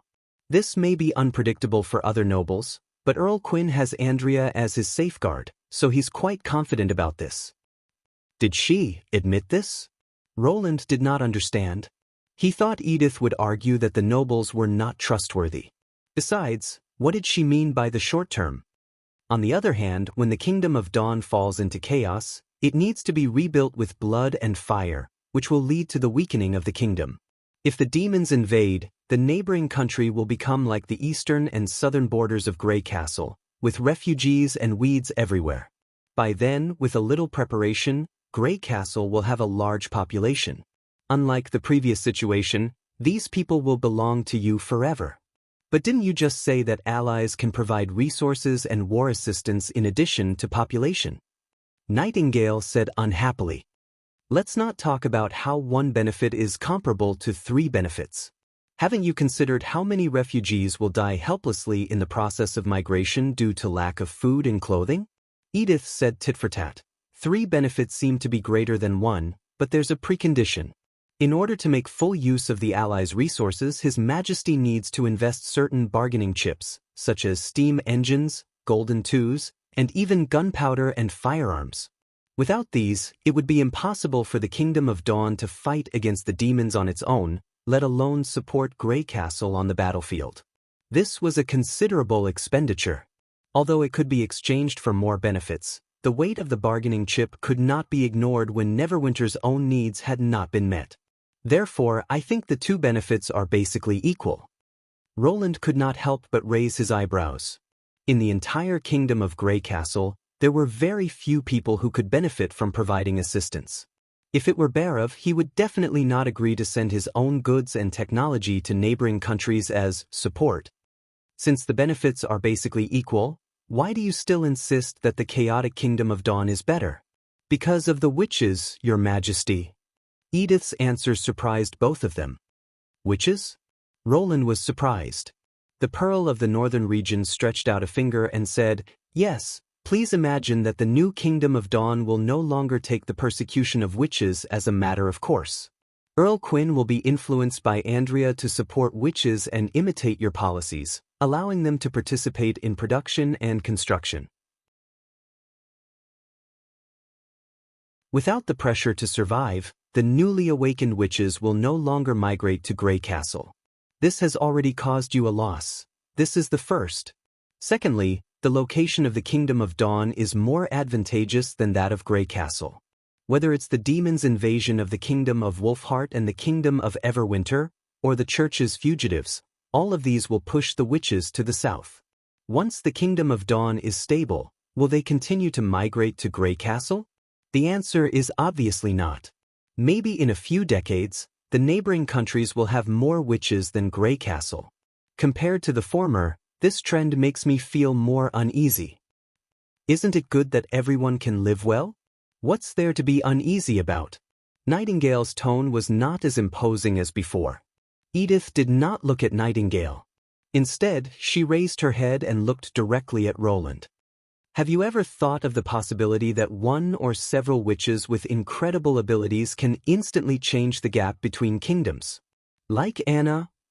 Yes, like Anna, like Agatha, like Soroya. Their abilities can be said to be incredible. The moment you had them, the gap between Neverwinter and the other nobles' territories was widened. This is also the reason why you can reach where you are today, Edith said slowly. Edith said slowly, in addition, your knowledge and vision are unparalleled. As long as you're still in power and all the members of the Witch Union remain, it'll be difficult for Grey Castle to meet any challengers except demons. She paused for a moment. But what about after that? After more than 100 years, the neighboring countries are no different from Grey Castle. Witches work in all fields, and your knowledge can't be limited to Neverwinter. They can learn how to make machines and master everything you teach. Then, as long as a witch of the Kingdom of Dawn awakens an irreplaceable ability, I'm afraid Grey Castle will fall behind. This can't. Nightingale subconsciously wanted to refute, but she stopped halfway. What's more, this is only based on the magical ability of Anna. Can you guarantee that Anna is the top of all witches? Edith asked word by word. If the other party's ability is even more amazing than Anna's, will the successor of the Kingdom of Dawn still be willing to ally with Grey Castle? Roland almost wanted to clap his hands at these words. It turned out that Edith was not thinking too far, but thinking too far. Ordinary people could only see the changes in recent years, but Edith had already set her sights on 100 years in the future. If that was all, it would not be a big deal. However, in her words, Roland actually heard a hint of technological explosion. As an experienced person, he naturally knew that the advancement of human technology was constantly increasing. From apes to bonfires, and then from steam power to the information age, a person in the modern society could witness changes that could not be seen in the past tens of thousands of years in a short lifetime. Now that witches had joined the process, this process might be further shortened. The emergence of one or two key witches was likely to lead to a technological revolution. In fact, just as the other party said, if Anna had awakened in the city of Glow instead of Border Town, it would still be a question mark how far he could go. When the members of the Witch Union grew old and new key witches appeared in the Kingdom of Dawn, the result was almost self-evident. This was also the reason why Edith insisted that if she could not control the Kingdom of Dawn, it would be better to let them fall into chaos. Roland believed that if he was a native lord, he would undoubtedly be convinced by Edith at this moment. Every king hoped that their country could last for thousands of generations and last for eternity. They also hoped that their descendants could continue to carry on their glory. For example, it was absolutely necessary to put an end to cultivating an opponent that might threaten the kingdom. It was not too late for him to change his mind. The price he had to pay was just a small breach of contract and deception, and then leave Otto to his fate. But he was not. The country that Roland cared about was not here.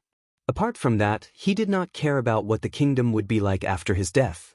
Compared with establishing a ruler that would last for thousands of generations, he was more inclined to see the progress of the entire human race.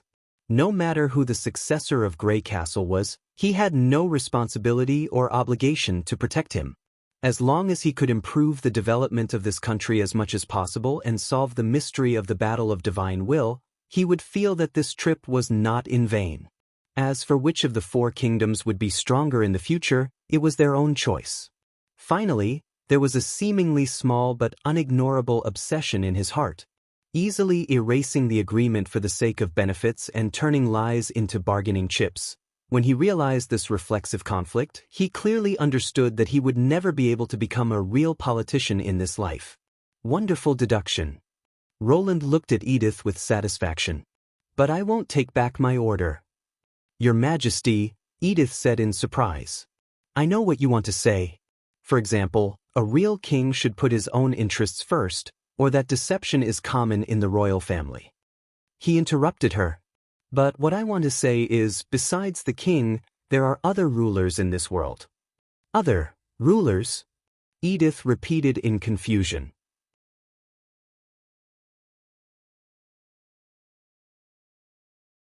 Chapter 9:17. After dealing with the affairs of the Kingdom of Dawn, Roland returned to his residence, a manor located deep in the camp. This place should have belonged to a wealthy businessman. Not only did it have several connected two-story stone houses, but it also had a large front yard and backyard. However, Hermes's turmoil had caused the original owner to disappear, so he used this place as a temporary residence. Walking into the main room in the middle, Anna was sitting at the table, carefully reading the books he found in the dream world. Sunlight shone through the window, turning her bangs into a beautiful golden color. At the same time, it left a line of light on the outline of her fair face. Hearing the noise, she turned her head and asked with a smile, "Is the meeting over?" "Yes, I've told them everything. Nana and the others have to leave first thing in the morning. Soak your feet first." Anna got up and brought a basin of water, put it on the low stool beside the bed, and then bent over to help him take off his shoes and socks. In this era, the leather boots used on the plateau were not only hard, but also extremely airtight. Therefore, every time he returned to his bedroom, the first thing he did was to soak his feet and relax, and then put on a pair of light soft-soled cloth shoes. At first, Roland insisted on doing it himself, but in the end he could not resist Anna's stubbornness. "How's the water temperature?" Anna sank the black fire into the water. "A little hotter." This is just right." Feeling a warmth enveloping his feet, Roland could not help but let out a long sigh. Not only that, but the black fire would also turn into the shape of a ball and press on his insteps and soles like a massager. Finally, it would cover his entire feet and dry off any remaining water. This kind of life was really easy to indulge in. What about you? Anna sat down beside him. Are you leaving with Nana tomorrow? No, the other person is Sylvie. Her monitoring ability is irreplaceable for the garrison. Roland held her hand. Although I can play a role in calming people down, they will have to get used to dealing with problems on their own without me. Besides, the main force of the First Army is not in place, so my role is very limited. When Maggie is done with the two of them, it will be your turn and my turn. Since Hummingbird's ability couldn't work on living things, Maggie could only carry around 2 people at a time. The number of people that could be carried depended on the weight of the passengers. Lightning could also carry 1 person on her back, but the altitude would be greatly reduced. Basically, she could only fly close to the treetops. It was fine for emergencies, but it was too unsafe for long-distance voyages. It was a long journey from Hermes to Neverwinter. Even if Maggie could continue flying after sunset and did not have to spend time looking for food every day, it would still take her nearly 3 days to reach Neverwinter. He could only transport the witches in batches according to the urgency of the situation. Fortunately, the army would gradually advance south along the river, and the interval between each batch of personnel would be shortened accordingly. It would be great if there was a faster transportation method. Anna raised her head. For example, a machine that can fly in the sky. That's not easy unless Roland wanted to say that it was impossible to build a real aircraft without an internal combustion engine, but an idea suddenly flashed across his mind and he subconsciously changed his words. Wait, maybe it's not impossible. How should we do it? Anna's lake blue eyes suddenly sparkled. Using Vendis and Mystery Moon's abilities, Roland said thoughtfully. If it's just for carrying people, it might work if we combine the two. This was also the inspiration he got from Maggie's bombing plan. If they did not pursue mass production or versatility, the witch's ability could be equivalent to that of a machine in many ways. After 3 years of accumulation, Neverwinter now had lightweight aluminum, an arithmetic academy that could perform large-scale calculations, and a central carrier for verifying results. Therefore, a glider without power, or in other words, with weak power, was not an unattainable goal. Of course, the most important thing was Vendis' wind-controlling skill and the electric motor of Dawn Eye. To put it simply, the reason why a plane could fly was that the engine provided the backward thrust, so that the wings could move forward against the wind, and the air pressure difference between the upper and lower parts of the wings could be used to obtain lift force. According to the current technology in Neverwinter, the power of an electric motor was far from enough to pull up a plane, but he did not need to obtain lift force from the movement. Vendis' wind could directly act on the air pressure difference below the wings. The electric motor only needed to provide a portion of the horizontal force, just like how lightning adjusted the direction of a bomb in the air. She only needed to apply a small force, and the plane could soar into the air. In order to obtain an efficient hovering ability, its wings should be as long as possible. Roland became more excited as he recalled the appearance of the gliders in his previous life. But to maximize the lift force before takeoff, it must have a wide wing route that can cover the entire range of Vendis' wind-controlling skill. And a well-designed glider could use thermal airflow to increase the gliding distance. However, in Neverwinter, the witches could provide upward airflow at any time, which meant that as long as the magic power was not exhausted, it could fly forever. In other words, as long as a runway was built at the destination, the glider could carry 10 or more people at once. Even the slowest glider had a speed of more than 200 kilometers per hour, which was almost 3 times the speed of Maggie after transforming into a devil beast. It could reach any city in Grey Castle within a day. Of course, whether it was the prototype manufacturing or the pilot training, it was a step-by-step process. Even if they started now, by the time they could fly, the witches and the First Army would have already returned to Neverwinter. However, this idea still excited them for a long time. Flying had always been the biggest temptation for humans who were born and died on the ground. Unlike the clumsy hydrogen balloon, the glider could truly soar with the wind. If Edith could surprise Roland in terms of governance, The only one who could communicate with him on the same level in terms of technology was Anna. By the way, she carefully put away the results of the discussion and the model sketch. Did you hear any good news in today's meeting? You haven't been so relaxed since you received the letter from Neverwinter. Sort of. Roland smiled and briefly told her about the private meeting with the Pearl of the Northern region. When she heard Edith's reason, Anna could not help laughing. What's wrong? Roland asked curiously. I want to say that she's a little too confident in everyone. Learn everything you've taught them? It's already difficult to learn advanced mathematics, not to mention physics and chemistry. Anna made a face. I don't think I can understand all those orange books even if I spend 100 years. Ha! Roland also laughed. There are many books like this in the dream world. And I don't think the world will be like what she said. What do you think it will be like?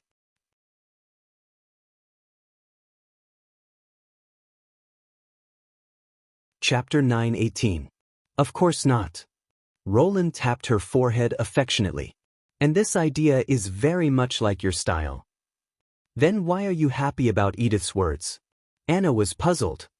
What I'm glad about isn't her speculations, because history itself is full of all kinds of possibilities, Roland said with a smile. It's hard enough to see the past clearly, let alone predict the future. For example, the third battle of Divine will may be successfully passed, but the fourth battle of Divine will be completely destroyed a few hundred years later. Or, the enemies hiding in the sea are far more powerful than we can imagine, and the people on land can only be separated, surrounded, and destroyed. At that time, not to mention the immortality of the kingdom, even the continuation of the human race will be a problem. This guess is indeed your style, Anna said, mimicking his tone. Then why are you so happy? From her perspective, Roland spread out his hands. When she said those words, Edith had already changed from a noble official to a state official. State officials? Anna repeated this somewhat awkward word. That's right. She's no longer looking at the northern region. Instead, she's looking at Grey Castle as a whole. It's very rare for people in this era to speculate on the direction of the kingdom as a whole. Even Barov can't do this. In the mind of the city hall director, he always weighs the gains and losses from the perspective of Neverwinter. This was a drastic change. From the beginning, Edith Kant still considered herself a member of the nobility in the north. Her words and deeds, as well as her advice, were not only to assist her superiors, but also to fight for benefits for the north. This was the most common thought among the feudal nobles. They believed that only the territory where their family resided was their only home. Even if they were loyal to the king, the interests of the territory were above the king's orders. There's another point, which is her view of witches. Roland went on to say, being able to comprehend witches can bring about a leap in technology, and from this point alone, it can be seen that she is ahead of most people. Following orders on the surface and knowing the reason for doing so were two completely different things. Although Roland had mentioned in his textbook that technology was the primary productive force and witches were the best catalysts for technology, most of the city hall officials did not understand the significance of giving preferential treatment to witches. They only did so because of His Majesty's order. The common people also didn't understand that they were getting along well with the witches because some of the witches had brought convenience to their lives, nothing more. This coexistence was as fragile as a layer of bubble.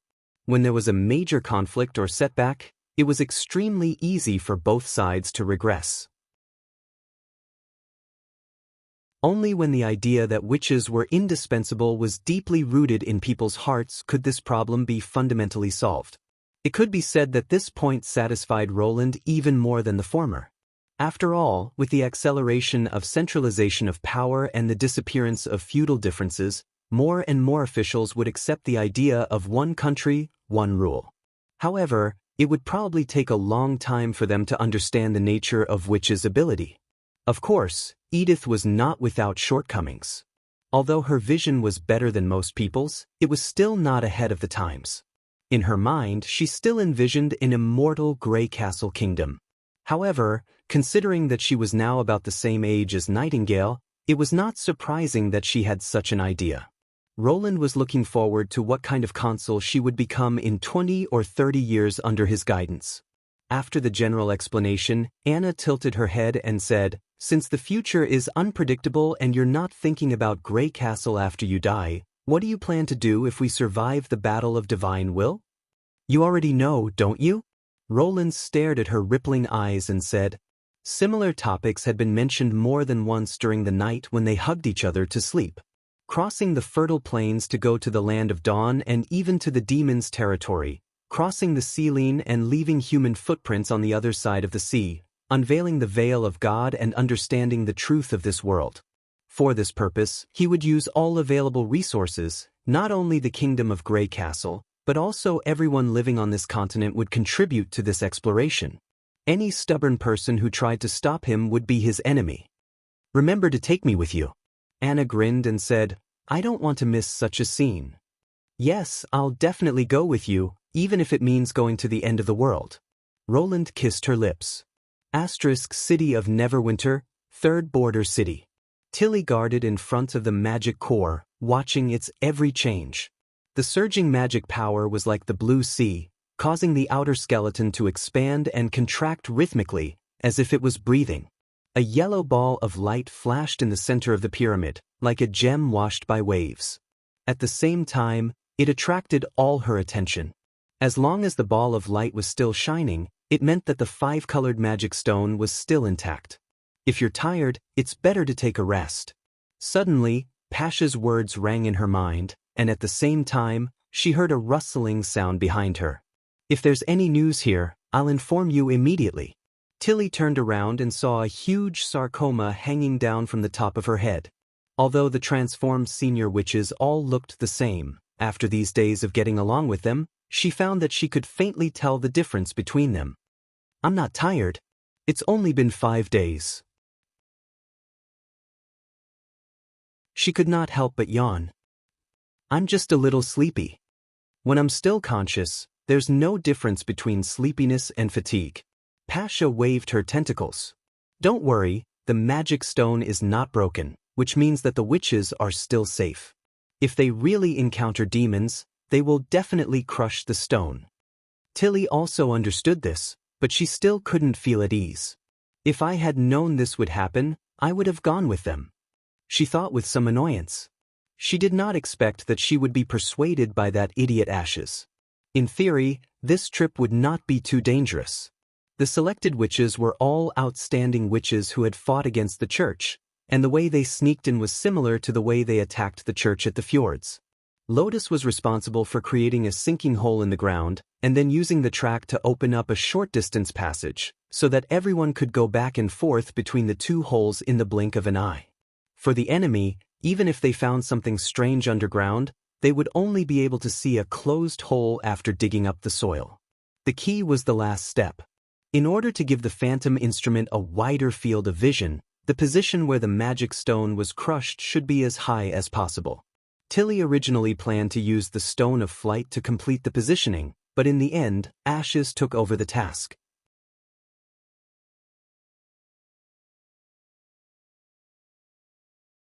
Chapter 9:19.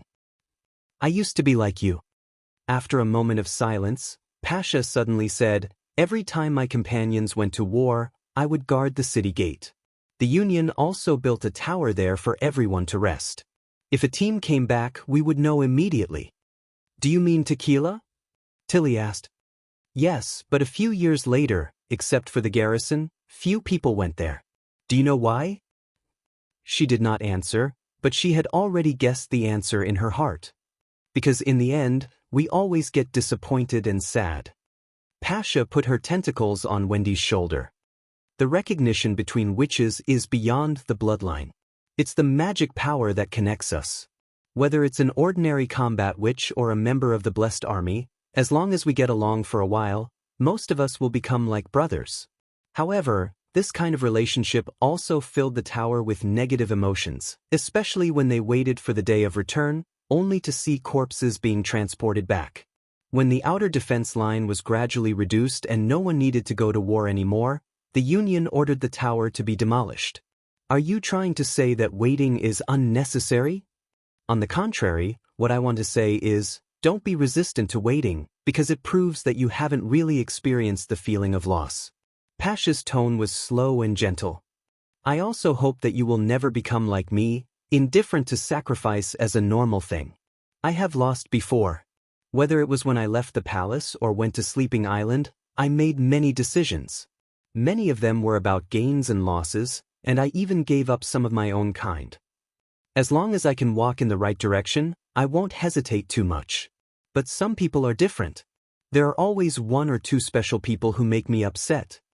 Tilly grasped the lightning magic stone ring in her hand. If it was her, she could easily control the two magic stones alternately. However, ashes could only fly up and down in a straight line, so the ring was left in her hand. But she did not say these thoughts out loud. She just nodded slightly and said, "Thank you." "You're welcome. I'm going to check the progress of the defense line. There's a lounge at the entrance of the hall. If you want to sleep, you can go there anytime." "I see." After Pasha left, Tilly suddenly felt a chill in her palm.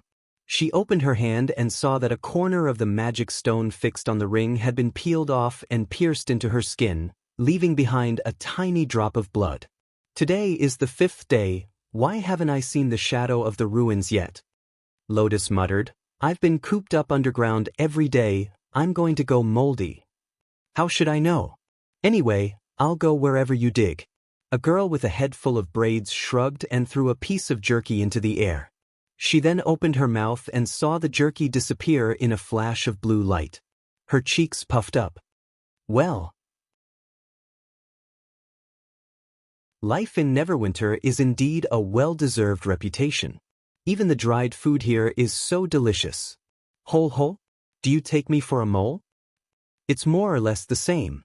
Well, you'd better eat sparingly. Iffy sighed. I don't want to go hungry when I go back. Humph, I don't want to listen to the witches of the Bloodfang Association either. Iffy tilted her head and said, I heard that you guys once had designs on Her Highness Tilly.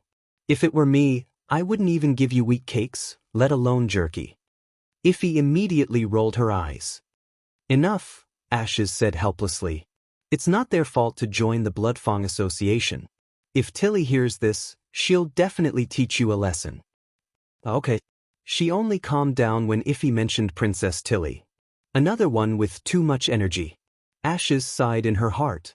Judging from her appearance, this troublesome witch was Orbit, but she was an indispensable part of this operation. Orbit's ability was incredible. Before she was an adult, she could use magic power to create an invisible passage connecting two places. The passage could not be seen by the naked eye and had no distance. In other words, she could go from one place to another in an instant. If there was a door or wall between the two places, Orbit would suddenly disappear. As long as her ability was not interrupted, the passage would always exist. However, the range of magic power still existed. The distance between the two places could not exceed 20 steps. If she used herself as the starting point, the distance would be shortened to 10 steps. After she became an adult, Orbit's awakened branch ability, Magic Imprint, greatly increased the practicality and range of application of the passage. By giving the imprint, she could let others see and use the passage. People without the imprint could not stop her from moving freely even if they knew where the passage was. Of course, this ability also had a certain degree of danger. For example, if the enemy entered the passage after giving the imprint, she could cancel the ability before the enemy completely crossed the passage. Then, she would get two halves of her body in two different places. Relying on the cooperation between Lotus and Orbit, she could open up a bridge-like passage in the underground without anyone noticing. This was exactly the plan formulated by Tilly. Even if the enemy could find a hole in the ground, they would not be able to locate the witches through it. By the time the demons realized that there were many such holes, they would have already escaped several miles away. Therefore, in theory, it was an absolutely safe plan. The route of the group of people's movement was starting from the concealing forest. Using Agatha's stone tower as the starting point, they would move northeast. The advantage was that the forest near Neverwinter was completely under Leaf's control, so they did not have to worry about the threat of demonic hybrids. However, when it came to actual operation, Ashes found a thorny problem. During the practice, the distance of a few hundred feet was almost the same, but after the distance was stretched dozens of times, it was difficult for them to confirm their position. Although they corrected the direction through the stars every night, in the end, no one knew whether it was correct or not. Should we check the map that Lorger brought back? Lotus looked at Ashes. Maybe we can find 1 or 2 landmark locations. As long as we can determine the location, we can know how far the ruins are from us. Ashes nodded, but in her heart, she did not have much hope. Were the bird nests, beehives, and bear caves drawn on the map really used to point the way? Perhaps only Lightning and Maggie could find the right direction according to the map. Shoo! Iffy suddenly made a gesture to keep quiet. The 3 of them immediately quieted down. Soon, they heard heavy footsteps coming from above. The footsteps were very messy, indicating that there were at least 4 or 5 people. Considering that demonic hybrids rarely moved in groups, the source of the sound was very likely to be the demons' patrol team. After a while, the footsteps were far away from them. Obviously, the enemies did not notice the mystery hidden underground. This was the second time today. Probably, the attack of the wolf girls had made them increase the number of guards. Iffy did not breathe a sigh of relief until the sound completely disappeared. At least this proves that we're in the right general direction. The problem is that we can't accurately place the light curtain without seeing the ruins of the city. Lotus shook her head. If we want to use the phantom instrument as a warning, the light curtain should be 5 or 6 miles southwest of the ruins. In this way, as long as there are devil beasts flying to the western region, they will be seen by the Tequila Witches.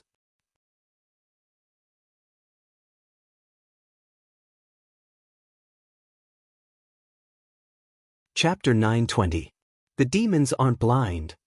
Iffy immediately objected. You can see the tequila with the help of the setting sun, so they can definitely see you. Do you want to be a live target without any cover in the air? I also think it's too risky, Lotus added. Lady Tilly said you can only fly up and down with the stone of flight.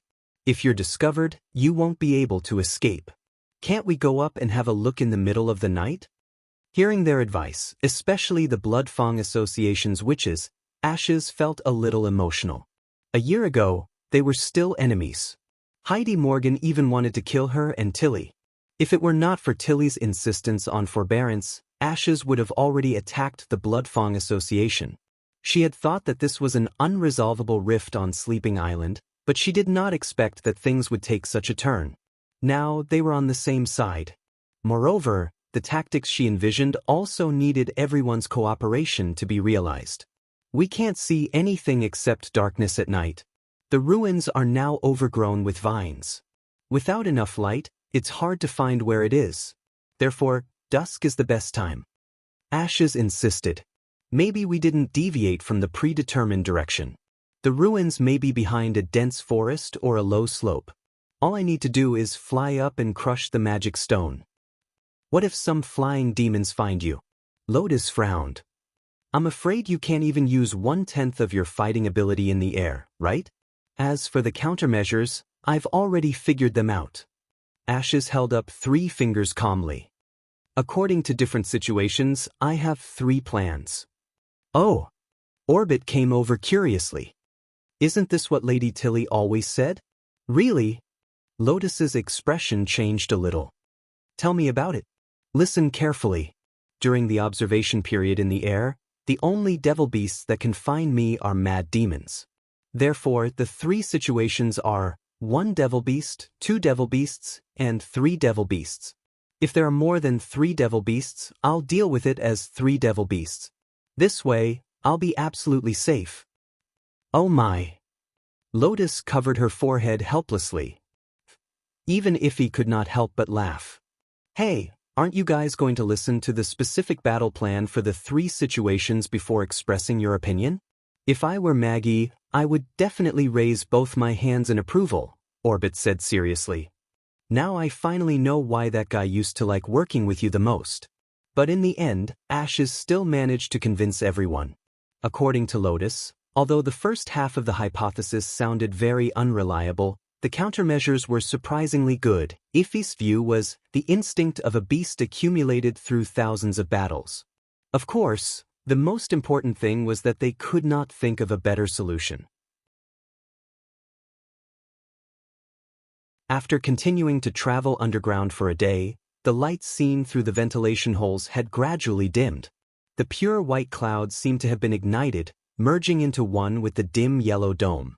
Obviously, the sun was gradually disappearing into the end of the fertile plains. It was time to act according to plan. As orbit left a mark on Ashes, a blue light spot appeared out of thin air above her head. It looked like a puddle, with soft light swaying in the water. It was as if the three of them were standing under the water, looking up at the blue sky above the water through the undulating ripples. Ashes knew that this was just the inherent shape of the passage, and not the real scene at the other end. After confirming that there were no demon patrols around the hiding place, she nodded to the three of them and poured her magic into the ring. Then, an indescribable feeling surrounded her, as if she had an extra hand or a foot, and Tilly called it wings.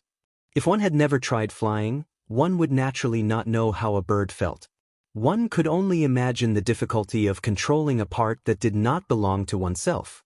In fact, the only person on Sleeping Island who could use the stone of flight so naturally was Tilly. Ashes closed her eyes, imagined herself flapping her wings and then leaping up. In an instant, fresh air hit her face, and she heard the rustling of the trees. In addition, there were the cries of birds returning to their nests, the buzzing of insects, and the whistling of the evening wind. The unchanging underground space suddenly became very rich. She opened her eyes, and the whole world suddenly became bright. The earth quickly shrank under her feet, and the exit of the passage soon turned into a tiny light spot. This kind of feeling, maybe it's not bad to experience it once in a while. Ashes stopped enjoying the scenery and looked to the north. Her heart suddenly sank. Even as far as the eye could see, she did not find a place that looked like a ruin, let alone the skeleton monster that the wolf girl had mentioned. There was nothing except the undergrowth and grass that were dyed red by the afterglow. Are we looking in the wrong direction? She turned around, trying to determine her current position from the direction of the impassable mountain range, but she was suddenly startled. She saw that in the southeast of the forest, there were several huge behemoths, and they were only a few miles away from her. And under those obviously unnatural demonic creations was a broken wall. It was the ruins of the holy city of Tequila.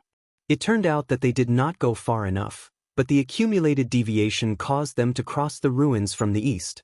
If placed on the map, this position and the predetermined route would only be 1 or 2 degrees, but in reality, the deviation was the difference between the front and the back of Tequila. If she turned around and headed south now, it would probably take her another 2 or 3 days. She could also fly directly to the south, complete the positioning, and then fly back, which would only take half a day at most, but except for straight up and down, she had never tried to fly horizontally. What should I do? However, before Ashes could make a decision, a dull horn sound came from the direction of Tequila. With this sound, a dozen devil beasts suddenly jumped up from the skeleton monster and rushed toward her position. At the same time, a dark mass of mad demons drilled out of the land around the ruins and surrounded the holy city. Well, it seems that they are quite vigilant, Lin Sanjiu thought to herself. If there were more than 3, it would be counted as 3. This seemed to be the worst-case scenario. Without hesitation, Ashes took out the 5-colored magic stone and crushed it into powder. Then she jumped down from the sky. The most important ability of a warrior was to judge the situation and then make corresponding countermeasures. Capture 1 devil beast alive, kill 2 devil beasts, and retreat when there were 3 or more devil beasts. It was not because she was not confident that she could deal with so many demons, but because she could not make sure that they would all shut up before they sounded the alarm. As for the current situation, there was no doubt that the risk of using the broken bridge to approach the ruins of Tequila had greatly increased. Therefore, although the position was not very ideal, she had to give up. Indeed, she was not as talented as Tilly, who could control the wings, as if they were her own arms, but she had her own way to fly faster. That was to instill more magic power into the magic stone. With the continuous increase of magic power, Ashes could feel that the invisible wings on her back had expanded to the limit. Every time they flapped in her imagination, a gust of wind would be stirred up. She fell to the ground almost as fast as lightning. Her speed was 3 or 4 times faster than when she rose up. Even the mad demon's accurate spear throw could not hurt her in such a state. However, the extremely high speed brought about a great momentum. Due to the length of the passage, Lotus could at most create a hole that was 10 steps high. With such a short distance, it was impossible for her to stop the momentum on her own. The only thing she could do now was to trust her companions. After a short while, the blue light spot that symbolized the entrance of the passage appeared in front of Ashes again along with the rapidly approaching ground. She crossed her hands over her head, tightened her muscles, and plunged straight into the passage. Almost at the same time, several purple halos appeared out of nowhere and firmly bound her. It was Ife's magic prison. Her falling speed was reduced in an instant. When she completely stopped, her hands were only an arm's length away from the ground. "You're really heavy," Ife said with a shrug, still holding her hands. "Now do you know where we are?"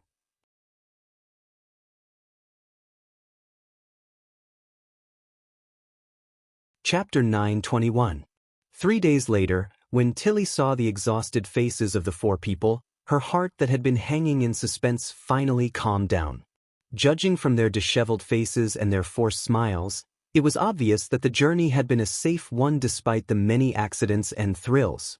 They were lucky enough to escape unscathed after going in the wrong direction and being discovered by a large number of demons. But looking at the unrepentant Ashes, her heart was filled with anger. Even the comforting words on the tip of her tongue turned into a stiff rebuke. "I didn't expect someone who claimed to be a veteran in the wild couldn't even tell the direction," Princess Tilly said angrily. "How did you run from Hermes to the king's city of Grey Castle? It's really strange that he didn't stray straight to the southernmost region." "At that time, there were often pursuers from the church. We'll know once we catch them and interrogate them." Ashes spread out her hands. "And this time, I don't think it's too far off. At least we can see the Tequila ruins. If they're out on a large scale, they should be able to notice. Without enough red mist, they won't be able to move out in large numbers. What we need to guard against is the surprise attack of the devil beasts, and from this perspective, we can only see their tails. It would be ideal if everyone is safe and sound, and this position might not be as bad as we thought. His Majesty sent back the first batch of witches yesterday, and Sylvie was one of them. If we can solve the problem of early warning, this rear view can help us determine the size of the enemy and their reinforcements. So, please go back and have a good rest." "Oh? Is there any news from the northern lands?" Ashes raised her eyebrows. "Otherwise, it won't be as simple as me scolding you." Tilly snorted. "Seriously? Let's go." "Wait." Ashes paused and glanced at Pasha first. Then, a faint smile appeared on her face before she rushed over to Pasha. "What happened?" "No, nothing." Ashes curled her lips. Back at the witch building, as soon as Tilly closed the door, she was hugged from behind. "Sorry to make you worry. Did Pasha tell you that?" Tilly asked without turning her head. You guessed it?" The latter froze for a moment.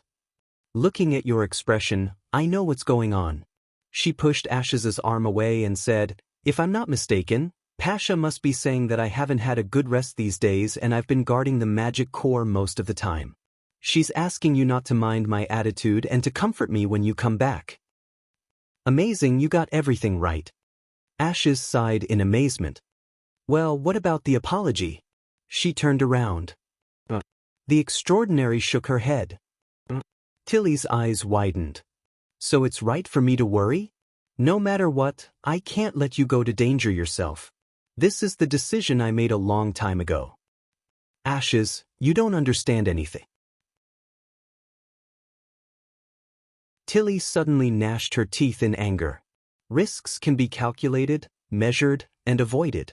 The executor is part of it. No matter how perfect the plan is, a bad executor will make the situation a mess. Do you understand? If it were me, the broken bridge operation wouldn't be dangerous at all.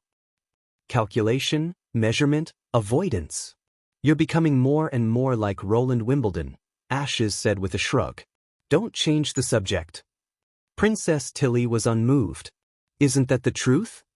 But accidents can't be predicted. Even if the probability of it happening is very small, I still want to be the one to bear it. After all, there are too many accidents in my life. Ashes leaned over and put her hands on Tilly's shoulders. Because of the height difference, this was the only way she could look at Tilly at the same level. You have a good reason not to apologize. Since I've chosen to stay here and fight the demons, I'll be in danger more and more often. If I can't come back, won't I owe a lot of apologies? Hey! Listen to me. Ashes's expression was extremely serious. Compared to your brother, there's not much I can do. It's too difficult for me to think about the future of witches. So this is the only thing I'm sure is right. If you're willing to return to Sleeping Island, I can promise that I won't let you worry anymore. But not here. Of course, if you make me worry, I won't let you apologize. Tilly found that she didn't know what to say. Looking at the black-haired and golden-eyed Ashes, she felt that she was inexplicably reliable at this moment. It shouldn't be like this. Damn. She tilted her head. Forget it this time. Tell me the whole thing in detail later. I want to find out what the problem is. Now go take a bath. The smell on your body is killing me. I know. Ashes let out a long breath. Do you want to take a bath with me? No way. Looking at the extraordinary leaving, Tilly stretched out her right hand and opened her palm. The place where the ring had pierced her hand had completely healed. There was almost no trace of the injury, but the sudden stinging pain was still fresh in her memory. Fortunately, the situation she worried about did not happen. Maybe I'm just worrying too much, she thought. When Lorgar woke up from a long sleep, she felt an indescribable comfort all over her body. It was like soaking in a warm spring. The dizziness and pain were gone. Yes, Nana Pine is back. She vaguely remembered what happened before she fell asleep. The lovely little girl ran into the room breathlessly. It seemed that she hadn't rested all the way. The first thing she said when she saw her was, "Sleep well. You'll be back to normal when you wake up." In addition to her, there were also her companions in the adventurer group. They talked a lot at the bedside, but she couldn't remember a single word. After all, the feeling when Nana's magic flowed through her body was too comfortable. So now I'm all right. I have to thank her. When Lorgar opened her eyes, the first thing she saw was a gray-haired man. She was stunned. Great Chief? That's me. Roland nodded. How does it feel to be healed? You can't tell. She tried to move her fingers. It was a little jerky, but her thoughts were conveyed without any hindrance. There seems to be no problem. How long did I sleep? Where's Nana? And your hand? Oh, I just found it interesting. Don't worry about it. Roland withdrew his hand from Lorgar's ear. I've always been curious about how they feel when I touch them. Do they make you feel, especially itchy? No, they're just ears, Lorgar said strangely. If you don't mind them being weird, I'm fine with it. After saying that, she even shook her long ears. That's enough for now. The chief coughed twice. You've slept for about 3 days. This is the normal time for your body to adapt after recovering from serious injuries. Of course, it doesn't matter if you don't sleep. You'll just feel extra tired and uncomfortable. Lorgar was slightly surprised. 3 days? If nightfall didn't remove the seed of symbiosis, you could have slept longer. Roland smiled. You woke up because your body reminded you. You should feel hungry later. Oh, and Miss Nightfall. I have to go and thank them. The wolf girl wanted to get up, but Roland gently pressed her down.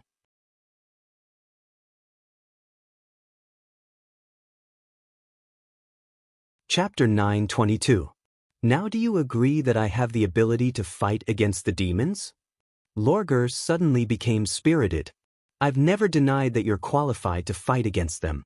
In fact, even a weak, ordinary woman will participate in this huge war behind the defense line, Roland reiterated. What I'm against is fighting against them alone. If the Sleeping Island witches had come a little later this time, without the seed of symbiosis with Nightfall, I'm afraid you would have been buried in the Western Cemetery. But if I didn't do that, Neverwinter wouldn't have discovered the demon army, Lorgar stubbornly said. I can reward you for a good result, but I can't affirm the wrong approach just because of a good result. Roland shook his head. The best thing you did was to bring the news back to Neverwinter instead of staying in the barbarian land to fight against the demons. If you were to ask me the same question now, my answer would still be no. I don't want you to fight the devil alone, and this time I'll make the guards watch you more closely, so that you won't come back half dead again. This is the chief's order. Roland was not swayed. Let's talk about the reward first. The great chieftain's expression wasn't this serious when he touched her ear just now. All right then. There are 3 kinds of rewards. You can choose one. Simply put, it's a golden dragon, chaos drinks, and a custom-made equipment. The first 2 were easy to understand, but what was the last one? Was it an iron claw or a steel tooth specially for the wolf form? She had considered this problem when she was in the Wildflame clan, but she had to change back to her original form, and those custom-made weapons would easily become a burden. Lorgar asked the question in her mind. I haven't figured out the specific plan yet, but it's generally a powerful firearm that can greatly improve your fighting ability. Roland explained, I heard from Ashes that you can keep part of your body in the wolf form, and in this case, your strength is equivalent to half of a God's Punishment warrior. This set of equipment is specially designed for God's Punishment witches, but I think it will also be useful for you. Was he talking about the weapons used by the first army that had easily defeated the Oasis watchdogs? She remembered that lightning also had one. Its power was indeed amazing, but it also depended on the ability of the user. Moreover, the crossbow used was very special and could only be produced in Neverwinter. According to what the great chieftain had said, since she was not allowed to leave the city alone, he would definitely not give her the corresponding crossbow. If she only had the firearm itself, it could only be placed in the house and not be of much use. More importantly, she trusted her own body and fangs more than external forces. Can I choose to join the Witch Union? Lorgar asked after thinking for a moment. The other party probably didn't expect such an answer from her. Slightly stunned, he said, But I can, but weren't you? I changed my mind. The wolf girl wagged her tail. The golden dragon will run out one day, and the chaos drinks will run out one day. I'm not good at anything except fighting, so it's better for me to join the Witch Union. If I become a member of the Union, I'll get the golden dragon and chaos drinks every month, right? Yes, that's right. In addition, I've promised Lightning and Maggie that I'll explore the entire barbarian land with them. Since they're all members of the Witch Union, it'll be more convenient for me to join them. By the way, if I go with them, you won't stop me from going into the depths of the barbarian land, right? Ahem, in theory, yes, but I still have to prioritize safety. Then this is the reward I want, Lorgar said with her head held high. After all, I once refused your kindness. Phew. Roland finally spread out his hands. If you've decided. Yes, do I need to sign a contract? She looked serious. Of course. Vendi will explain everything to you later. The great chief stood up. I'll ask the kitchen to send you something to eat. Have a good rest. As for thanking Nana and the others, there will be plenty of opportunities in the future. Watching him leave, Lorgar lowered her ears and lay back on the pillow. There was one thing she didn't explain to the great chief. The golden dragon and the chaos drinks were not the key. The main reason why she decided to join the Witch Union was the hidden secret in her heart. For the Sand Nation, facts spoke louder than words. She had always suspected that Roland wouldn't fulfill his promise to the Majins, and it was difficult for her to completely trust a noble from the Northern Kingdom. If he broke his promise, she would eventually return to Wildflame and become an enemy of the Northern Kingdom. Therefore, Lorgar was quite resistant to the great chief's words, and she didn't think he would really care about a divine lady of a foreign race. Later, although the resistance gradually subsided, her doubts still existed. Until this serious injury. During the symbiosis period, she was told that the Witch Union had sent many letters of help to Roland Wimbledon. As long as she persisted for a while, she would be able to get treatment from Miss Nana. However, when she learned that the great chief was now in the northern region of Grey Castle, Busy recovering his territory, she didn't have much hope. The northern kingdom was several times larger than the southernmost region. It was an extremely long journey from Iron Sand City to Endless Cape, let alone from the northern border to Neverwinter. Even if it was to deal with the demons, it would take at least 1 or 2 months. However, the great chief had sent Nana back, and she was the first witch to be sent back. Lorgar knew how important a healer was to the army. It would be too harsh to say that he didn't care about this treatment. Besides, if she remembered correctly, even Maggie needed about 3 days to go back and forth from the northern region. If the great chief didn't lie to her, it meant that he came to see her as soon as he arrived in Neverwinter. In the southernmost region, this kind of kindness was worthy of any warrior's loyalty. She wasn't a pure warrior, but a pure Majin Sandman. Since that was the case, why not trust him more? After leaving the bedroom, Roland went straight downstairs and went straight to the reception hall on the first floor. The guards at the door pushed open the door. The hall was already full of people. When they saw the king, they all stood up in unison. Before he arrived at the western region, lightning had brought the summon order to Neverwinter. He looked at the people's expressions as he slowly walked to the main seat. The ministers of the city hall, the person in charge of the garrison force of the First Army, the representatives of the Witch Union, the representatives of the Sleeping Spell, the manager of the Long Song area, and the Tequila Witches all had different expressions on their faces. Some of them were confused about the enemy, some of them hated the demons, but most of them looked serious and solemn.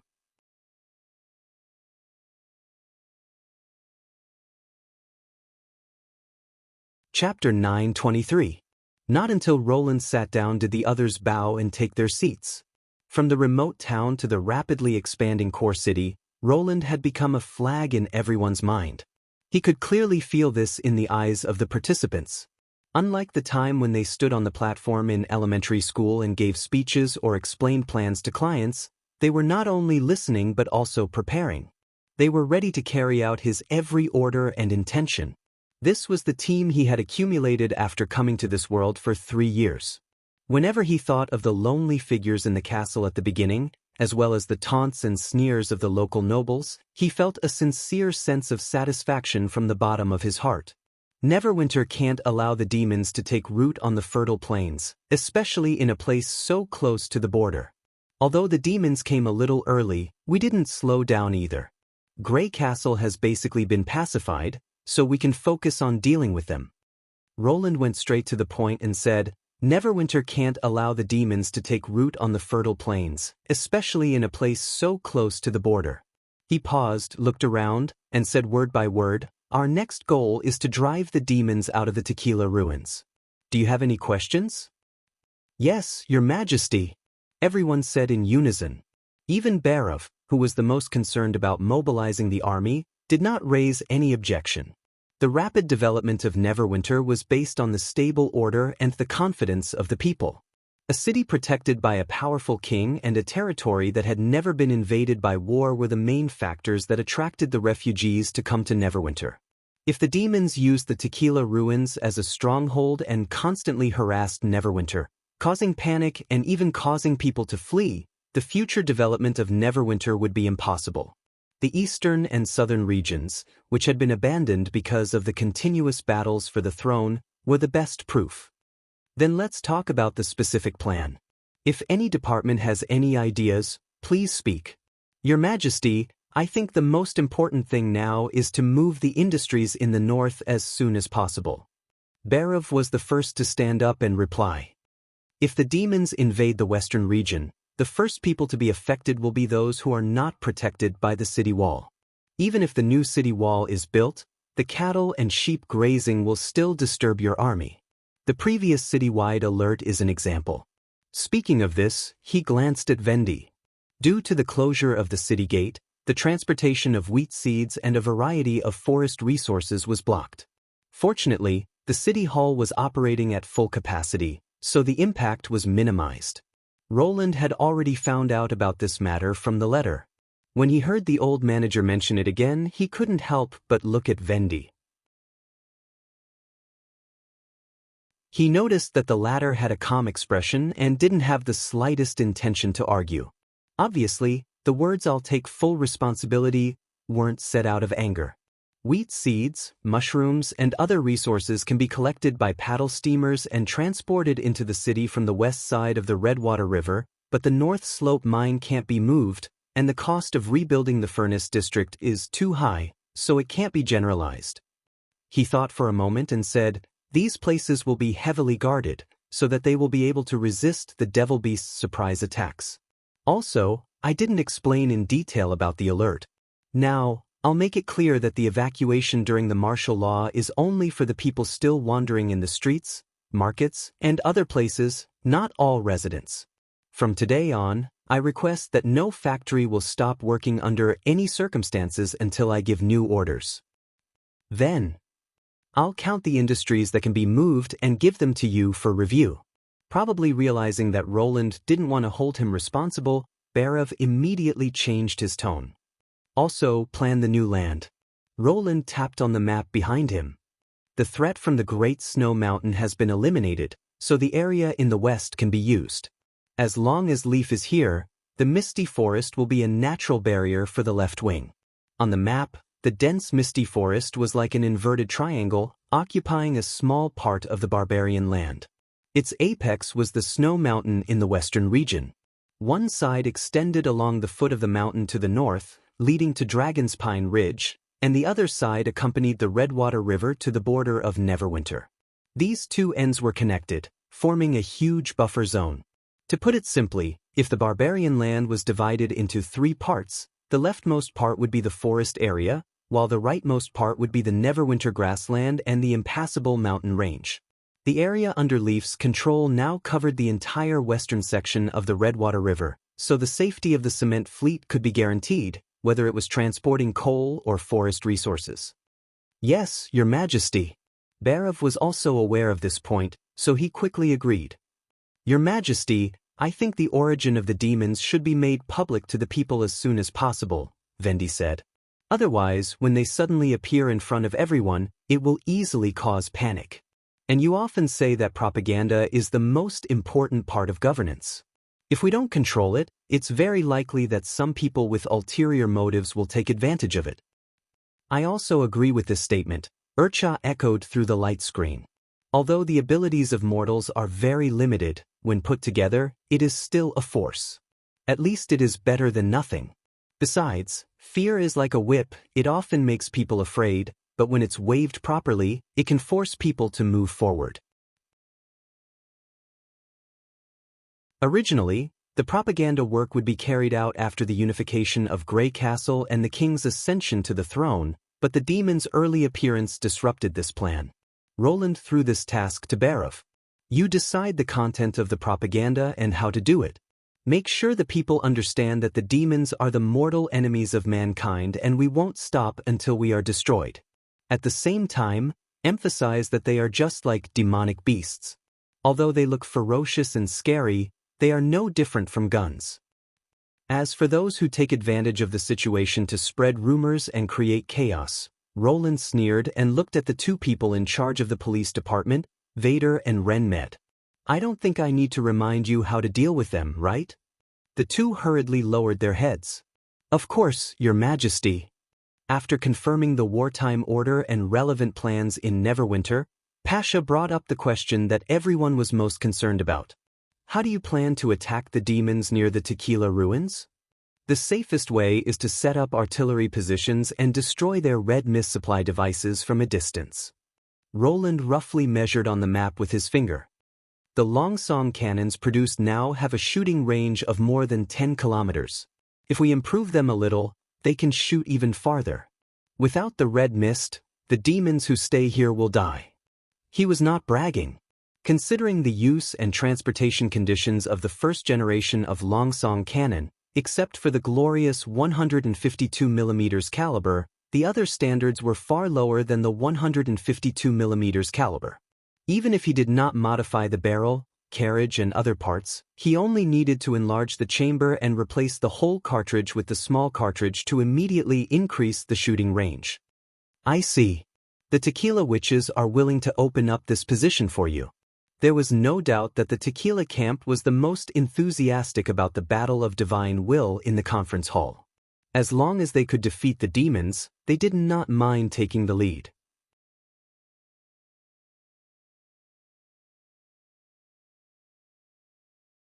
Chapter 924.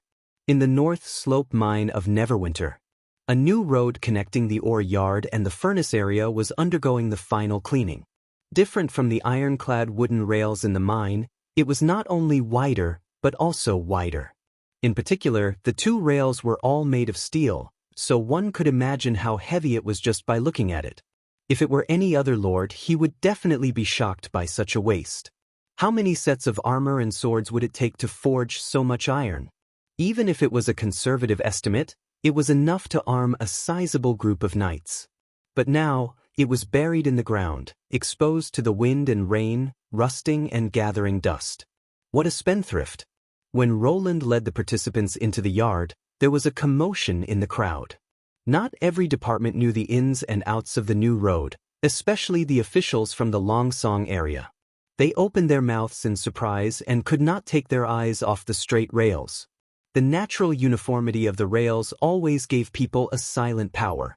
Even if they did not understand its function, they would still be subdued by its power.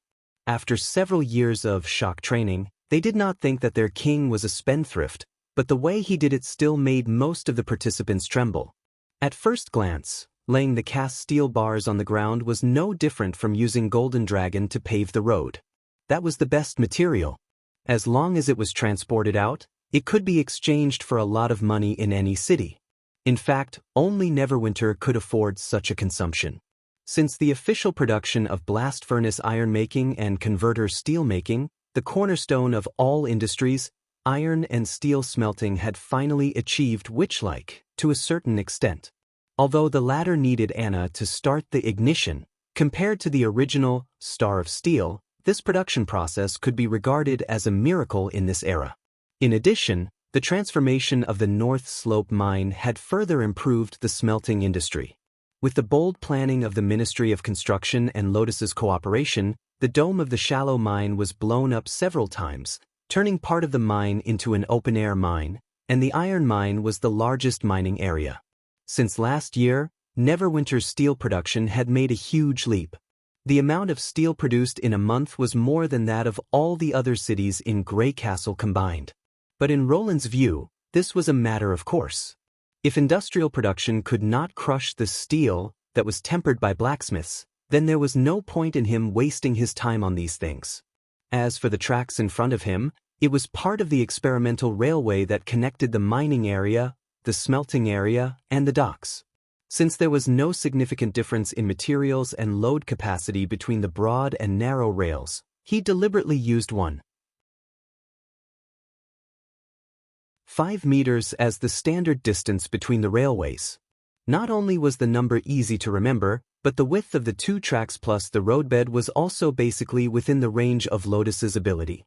The sleepers were cut from logs, and the stone was taken from the debris of the mine after the explosion. If one did not look at the vehicles, these rails were exactly the same as the modern ones. However, with the start of the war to unify the country, the construction work was temporarily suspended. After all, what he wanted to make was still in the experimental stage, and it was impossible to build a factory before the final design was finalized. Therefore, both the processing and the installation of the rails were all done by Anna. Without Blackfire, the second half of the road was naturally impossible. Of course, these new roads alone could not satisfy everyone's curiosity. Under Roland's instruction, the workers uncovered a canvas shed at the end of the track. When the canvas, covered with dust and fallen leaves, fell to the ground, a black steel car appeared in front of everyone. "Your Majesty, is this a steam barrow?" Perrault, the governor of the Longsong area, asked in surprise. It was no wonder that he thought so. As the main part of the vehicle, the barrel-shaped steam engine mounted on the steel beam immediately attracted everyone's attention. As more and more steam engines were put into use in Neverwinter, the officials had gradually become familiar with this seemingly clumsy but infinitely powerful machine. Even in some traditional fields that required a lot of manpower, they would actively consider using the steam engine to achieve their goals, such as farmland irrigation, dock unloading, and so on. It could be said that in the beginning, the factories that manufactured the steam engine and related supporting equipment would only receive production orders from Roland, but now they would occasionally produce special machines for the needs of the city hall. Even if the same gears, brackets, and transmission rods were used, they could achieve completely different results with a slight combination. This was a very good sign. It meant that people had begun to change from passive production to active creation. For Perrault, since the cement boats driven by steam engines in the river were called paddle steamers, it was very reasonable for the car to be called a steam barrow. Of course, Roland did not want to sit back and watch the naming rights fall into someone else's hands. After all, this was an epoch-making means of transportation. Since the day it was born, the world ushered in a drastic change. Even though the speed of the prototype was not as fast as a horse carriage, even though it had been modified into all kinds of strange shapes, and even its power source had been changed several times, the original name was still deeply engraved in the history of human development. Train, Roland corrected. It's the key to solving the transportation problem. You want to build such a track on the prairie and then use it for the train? Barav read out this new word in a tongue twister. What if the demons attack the workers and obstruct the construction of the track? First of all, there must be at least 2 tracks to ensure that people can come and go at the same time. Secondly, I don't plan to cross the prairie. Instead, I'll set off from the misty forest until the nearest location to the Tequila ruins and then advance eastward. Roland told him the plan he had in mind. In this way, even if the months of demons come, Leaf can protect the track from demonic beasts. As for the demons, it's a battle of spears and shields. There's not only one position, but wherever the railway is built, the cannons will be set up. Even if they can tear down the railway under fire, as long as we build it faster, it'll be fine.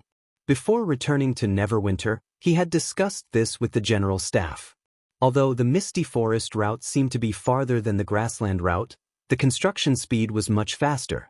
The weeds and vines would automatically give way and form a natural drainage slope, which was a headache for most development projects. Under the command of Leaf, the forest could also take the initiative to carry construction materials, which could greatly reduce the burden of the hummingbirds.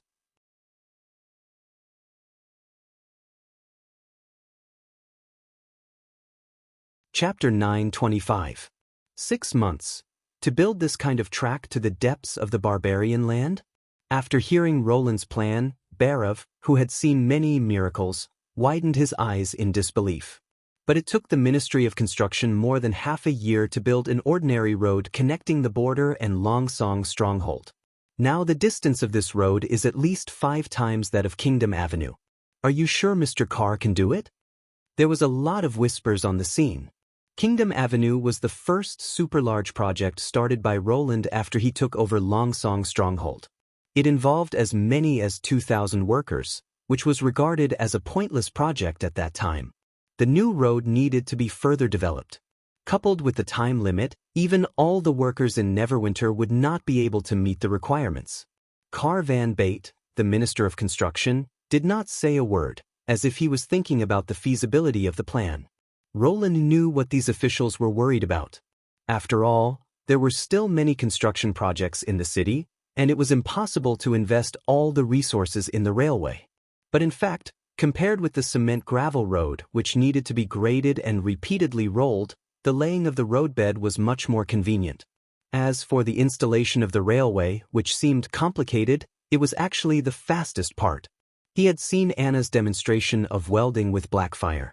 It took her less than 10 seconds on average to connect the 2 broken points of a part like the railway.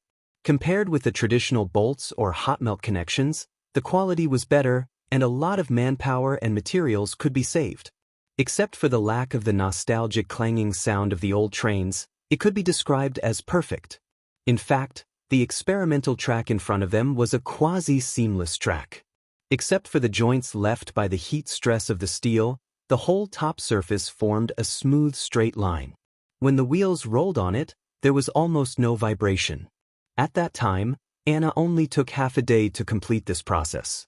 This was also the reason why Roland was confident in setting such a short time limit.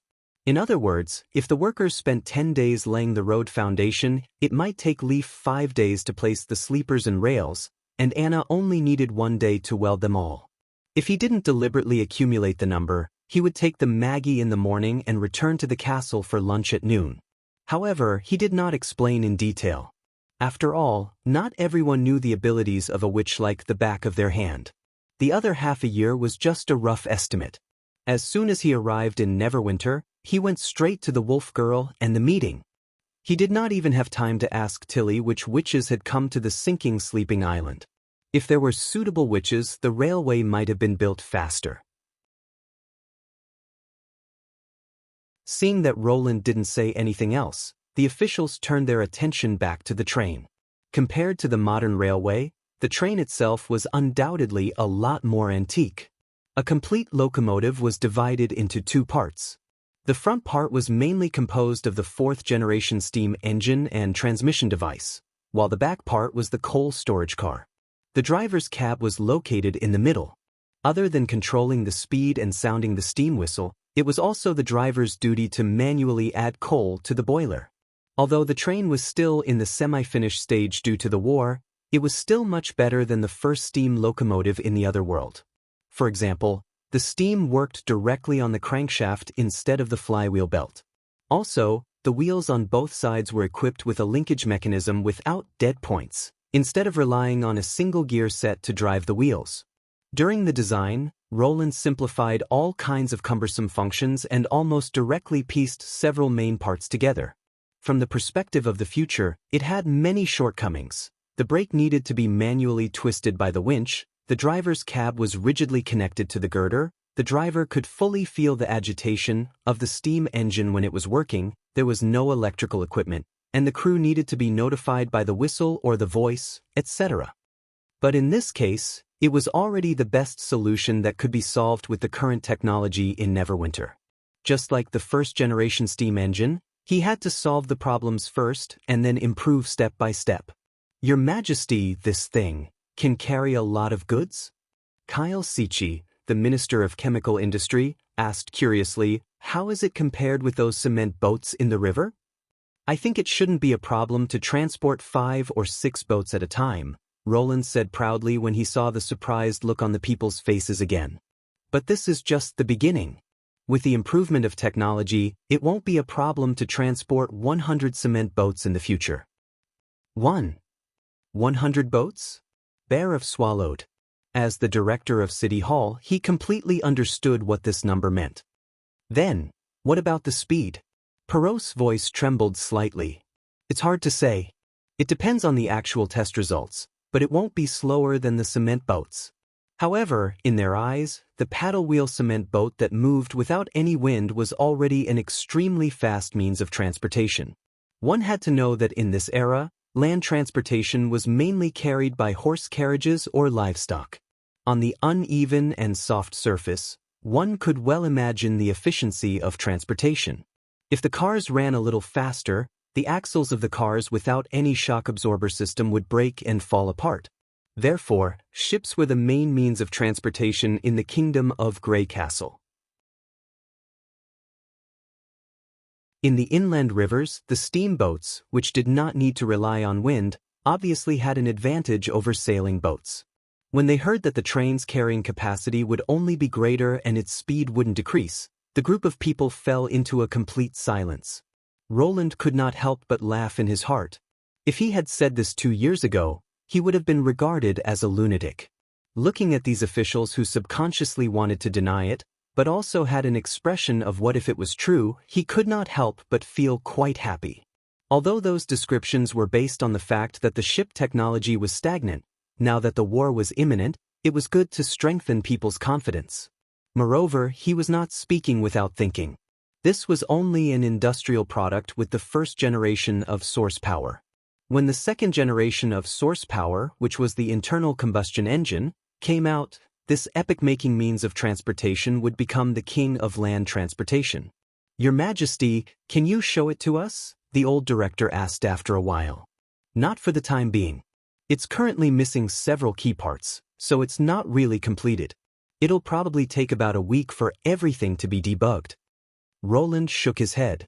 Before the war, you gave the Ministry of Construction a plan to connect the mine and the dock with the track, right? Barav asked again. What's wrong? Roland sensed that Barav seemed to have something to say. If it's really as you said, it will certainly have a positive impact on the city hall's war propaganda. Barav voiced out his thoughts one by one. Can you let your subjects witness this incredible scene with their own eyes on the day of the train's departure?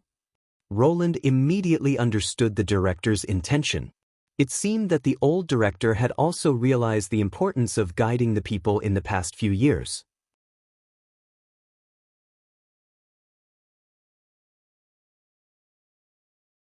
Chapter 9:26.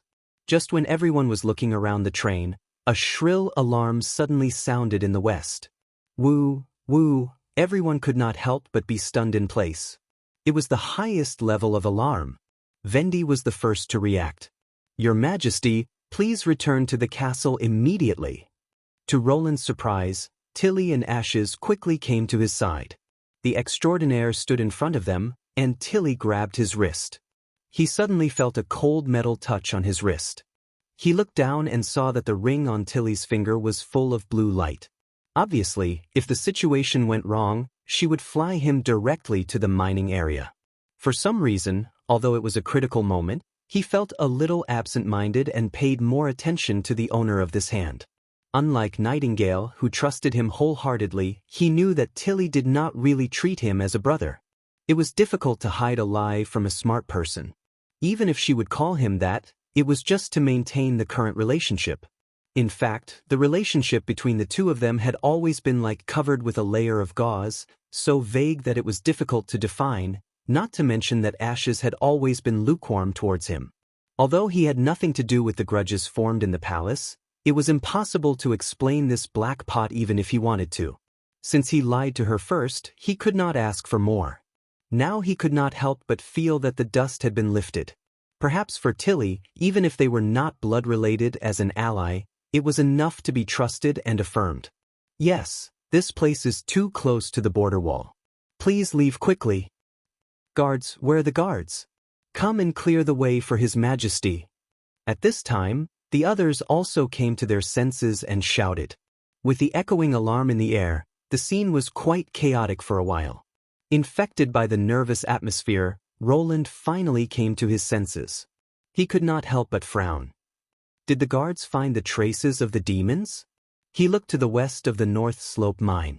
Now that Sylvie was in charge of the defense, the possibility of a false alarm was very low. It was most likely the demons that made the border guards sound the highest alarm. But weren't they in a dormant state because they lacked the red mist?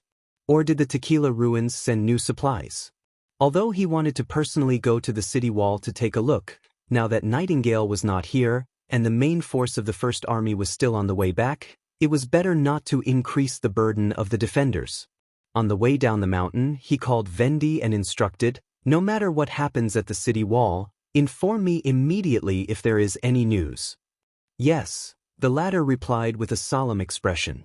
Sylvie stared at the approaching enemy, her palms involuntarily sweating. This was not the first time she had seen a demon, but the oppressive feeling it gave her was like a shadow following her. 1, 2, 3, 4, 5, 6. A total of 6 devil beasts lined up and rushed toward Neverwinter from the direction of the grassland. Under the observation of the magic eyes, every detail of the enemy was clearly discernible. Just as Urcha had mentioned, not every devil beast carried a mad demon on its back. 2 of the devil beasts carried a pile of bone containers that looked like dirt bags on their backs. They looked like pack horses. If she zoomed in, she could see the surging red mist in the containers. Obviously, they were carrying enough gas tanks to carry out this long-distance attack. But why did the demons attack so quickly? Shouldn't they be guarding around the god's stone mine in the ruins, waiting for the arrival of the bloody moon? To Sylvie's relief, the First Army responded quickly after hearing the alarm. The cannons on the city wall took off their jackets and several teams of soldiers also entered the battle zone. If the enemies did not suddenly change their direction, The two sides would meet in about 7 minutes. Miss Sylvie, the people over there asked if you could predict the blocks that the enemies might pass through if they intend to invade the city, the guard in charge of communication said. To facilitate the transmission of the enemy's information, Roland moved the prototype handset from the backyard of the North Slope Mountain to the city wall. Apart from the direct line to Longsong Stronghold, this was also the first handset in Neverwinter to be put into use. However, due to the length of the line, the other end of the handset could only be set up at the entrance of the third border city. Therefore, in addition to a special contact person, Sylvie also arranged for 2 God's Punishment Witches to protect the handset. Road number 5 or road number 9. Sylvie wiped the sweat off her hands. But they may also be heading toward the square. The people there haven't been completely evacuated yet. If the devil beasts rushed into the market, the consequences would be unimaginable. I see, the guard repeated into the phone. Wait. Sylvie's voice suddenly changed. They're climbing higher. Are they going to cross the city wall? The guard also became nervous. But the devil beasts are also slowing down. The people on the city wall should be able to see them from this distance. Before the guard's voice died away, the faint sound of gunfire came from the receiver. The soldiers on the city wall were undoubtedly the elites of the First Army. Most of them had participated in the exploration of the Snow Mountain, so they did not panic when facing the demons. Several teams took turns to open fire, and at the same time, they maintained a relatively low firing rate. They did not shoot all the bullets in their hands at once. However, Sylvie soon found a problem. It was much more difficult to hit a target in the air than to shoot down a demonic beast or a God's Punishment army charging at them. The soldiers did not know how to adjust the angle of the devil beast's attacks. After several rounds of shooting, the devil beasts remained unscathed and were only about 150 meters away from the city wall. The height of the devil beasts had also climbed to more than 100 meters. The soldiers of the First Army had to raise their spears to aim at the enemies. Although the gunfire became more intense, they still could not achieve any results. At this moment, the devil beasts stopped moving and hovered in the air like a giant bat. The mad demon's arms also rapidly expanded. No! Sylvie could not help but scream. Ask them to retreat from the city wall. What? The guard was stunned. Retreat? However, it was too late. The demons instantly threw the bone spears in their hands. For white shadows fell from the sky and pierced through the defenseless soldiers on the city wall in the blink of an eye. Once the attacks came from the air, the earthen wall raised by Lotus lost its purpose. Unexpectedly, the demons did not continue to attack. After their arms withered, the mad demon uttered a series of strange cries and threw several animal skins to the ground. Then it turned around and flew back to the grassland. The attack ended as quickly as it started. After a while, the demons disappeared under the skyline. Sylvie could not help but look at the city wall. The soldiers who had been hit by the bone spears had already lost all signs of life. No matter how hard their comrades shook them, they could not open their eyes. The blood flowing from their chests gradually formed a dark red pool under their bodies. The animal skins slowly fell to the ground. They were not empty, but there were several crude patterns drawn on them.